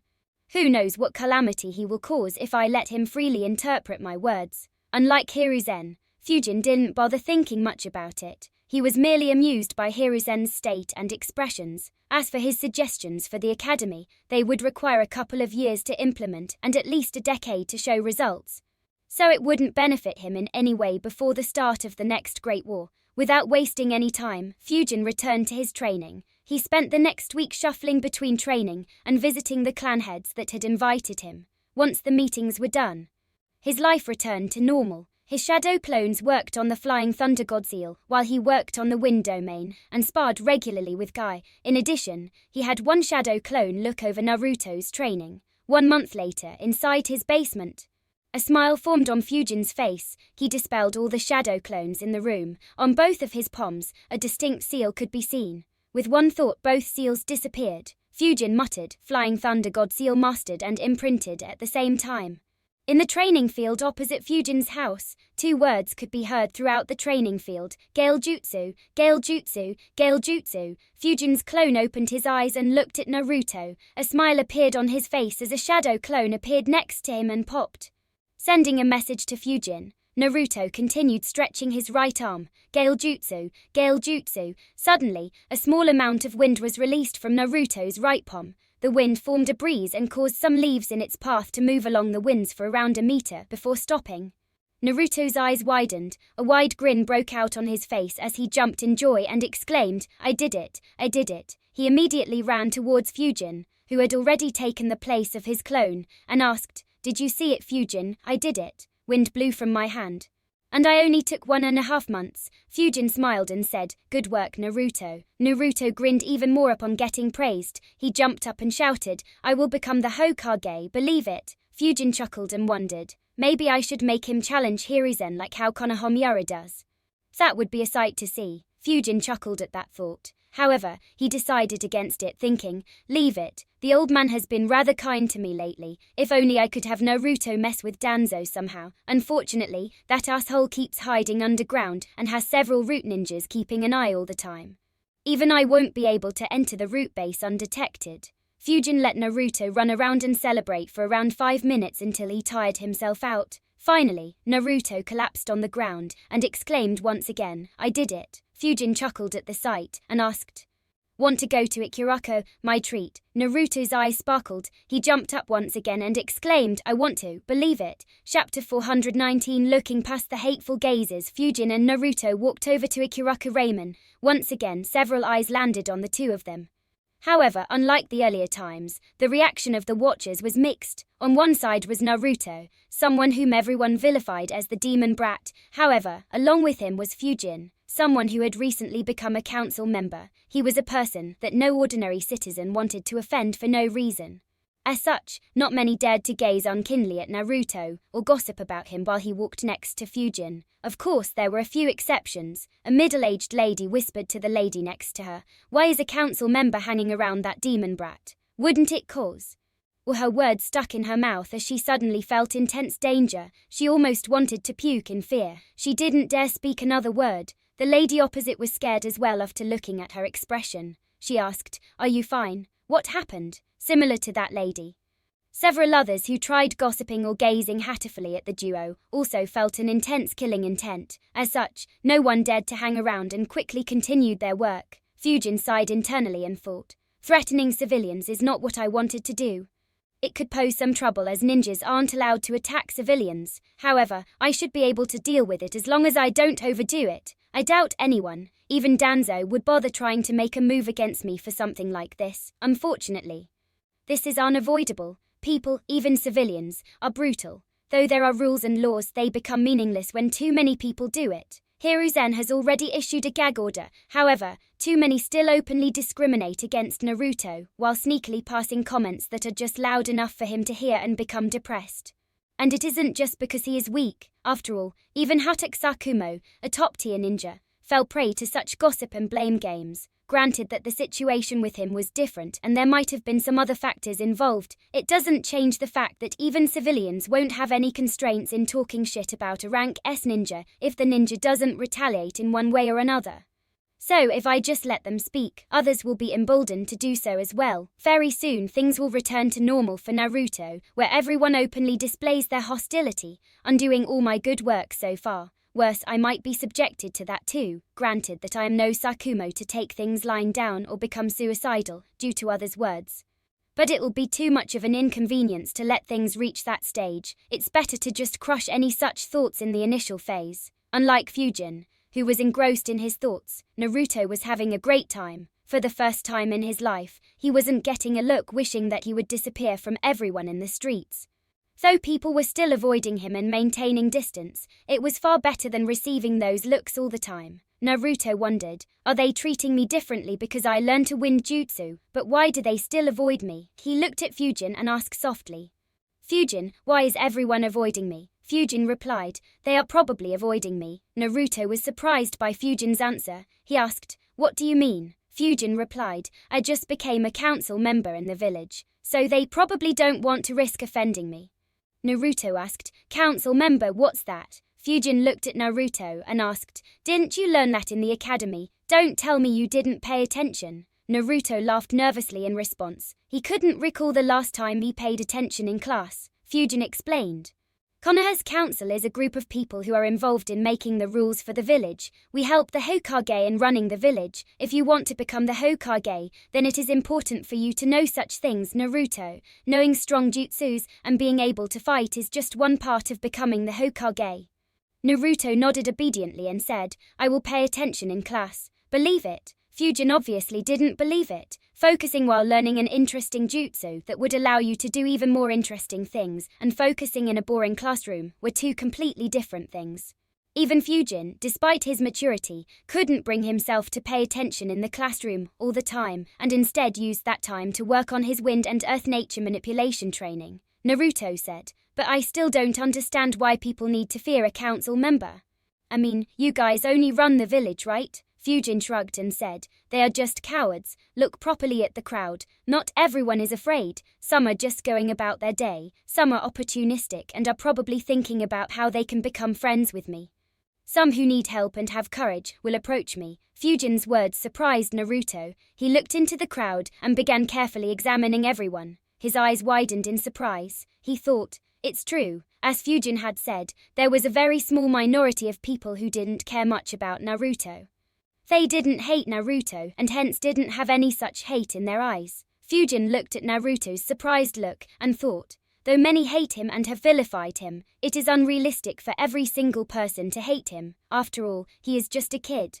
None of the experienced and knowledgeable ninjas in the village hate him. Even among the ordinary civilians, there should be several like Tachi who wouldn't hate a kid and perhaps even feel sorry for his situation. But since the majority hate Naruto and take the initiative to make their hate known, it is inevitable that a young kid will only notice those hateful people and will not be able to see the people who are in the background and have no hatred towards him and do nothing to convey that. After all, would a kid even dare to look at everyone in the crowd when all the ones he first looks at are looking at him hatefully? Naruto carefully screened through the crowd. Since everyone wasn't staring at him hatefully, he didn't feel nervous and depressed and could keep looking through the crowd. While most ignored him, a couple of people felt the gaze and smiled back at him in response before continuing with their work. A smile appeared on Naruto's face as he smiled back. Fujin said, "Learn to ignore those who ignore you or are afraid of you. You'll then see the people who are good to you. Then you won't need to worry about the cowards around you." Naruto nodded. The two finally reached Ikuruka Ramen. Naruto rushed in while Fujin followed at his normal speed. Naruto excitedly ordered in a loud voice, "One miso ramen for me." Immediately, Naruto turned his head and asked with stars in his eyes, "Can I order all I can eat once again?" Fujin stared at Naruto and asked sternly, "You want to ask that question after eating 8 bowls last time?" Naruto immediately became nervous. At the same time, Tachi and I smirked. Both recalled Naruto's expression the last time Fujin treated him to ramen and his nervousness after eating too many bowls. Fujin chuckled and said, "You still keep getting nervous. Order as much as you want." Naruto immediately lit up. Fujin sat down and ordered a few bowls for himself as well. He thought, "I have finally completed the first step of the Flying Thunder God, and I do not know whether I will succeed in step 2 or not. I might as well treat myself now that I am happy." The first step of the Flying Thunder God involved merely learning the seal and creating an imprint for it. With his expertise in Fuin Jutsu, it was pretty much guaranteed that Fujin would learn it. However, the next step needed the ninja to have talent in space-time ninjutsu, so Fujin wasn't sure whether he would succeed at the next step. As such, he decided against worrying about it and leaving it to fate. Fujin enjoyed his ramen peacefully, while Naruto kept telling Ayame and Tachi about how he learned a cool new jutsu. The duo stayed in the ramen stall for quite some time until both were full. Fujin paid, and both returned to the training grounds. Chapter 420 Unleashing the Little Devil. Naruto looked at Fujin and excitedly asked, "Which is the second jutsu?" Fujin had promised Naruto 4 jutsus.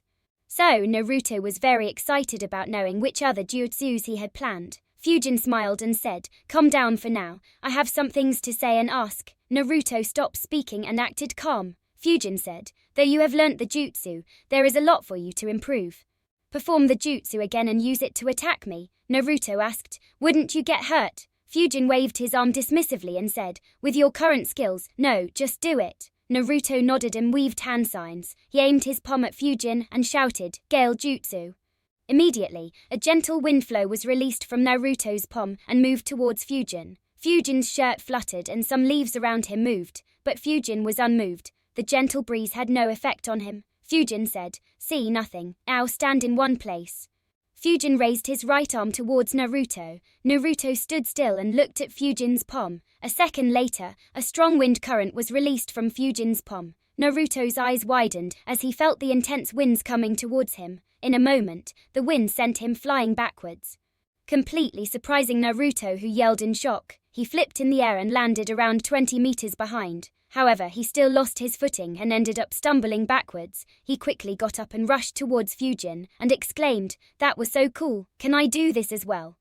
Despite getting hurled backwards, Naruto wasn't hurt and didn't have any hard feelings, as Fujin had only done that to prove a point. Fujin smiled and said, "You can, but you will need to keep practicing. If you never practice this jutsu again, then it won't keep improving. Of course, spending all time on one jutsu isn't a good thing, so you should learn other jutsus as well. But keep practicing this jutsu occasionally so that you can improve and do something like this as well." Naruto immediately nodded and shouted, "I will keep practicing." "Believe it." Fujin smiled and asked, "What is your progress with leaf concentration and leaf cutting?" Naruto answered, "I can stick the leaf to my forehead for 25 minutes. As for leaf cutting, it is still very difficult. I am only able to create a tiny cut in the leaf." Fujin thought for a bit and said, "Leaf cutting takes time, so the slow progress is understandable. I think you'll be able to complete it in around 3 or 4 more months. However, your progress in leaf concentration is very slow. Focus more on it. once you reach the 2-hour mark. I will teach you 2 things that are very cool. Naruto's eyes sparkled. He immediately asked, which techniques? Fujin grinned and replied, that will be a secret. I can only say that they are very cool and you would love them, so reach it quickly if you want to learn them.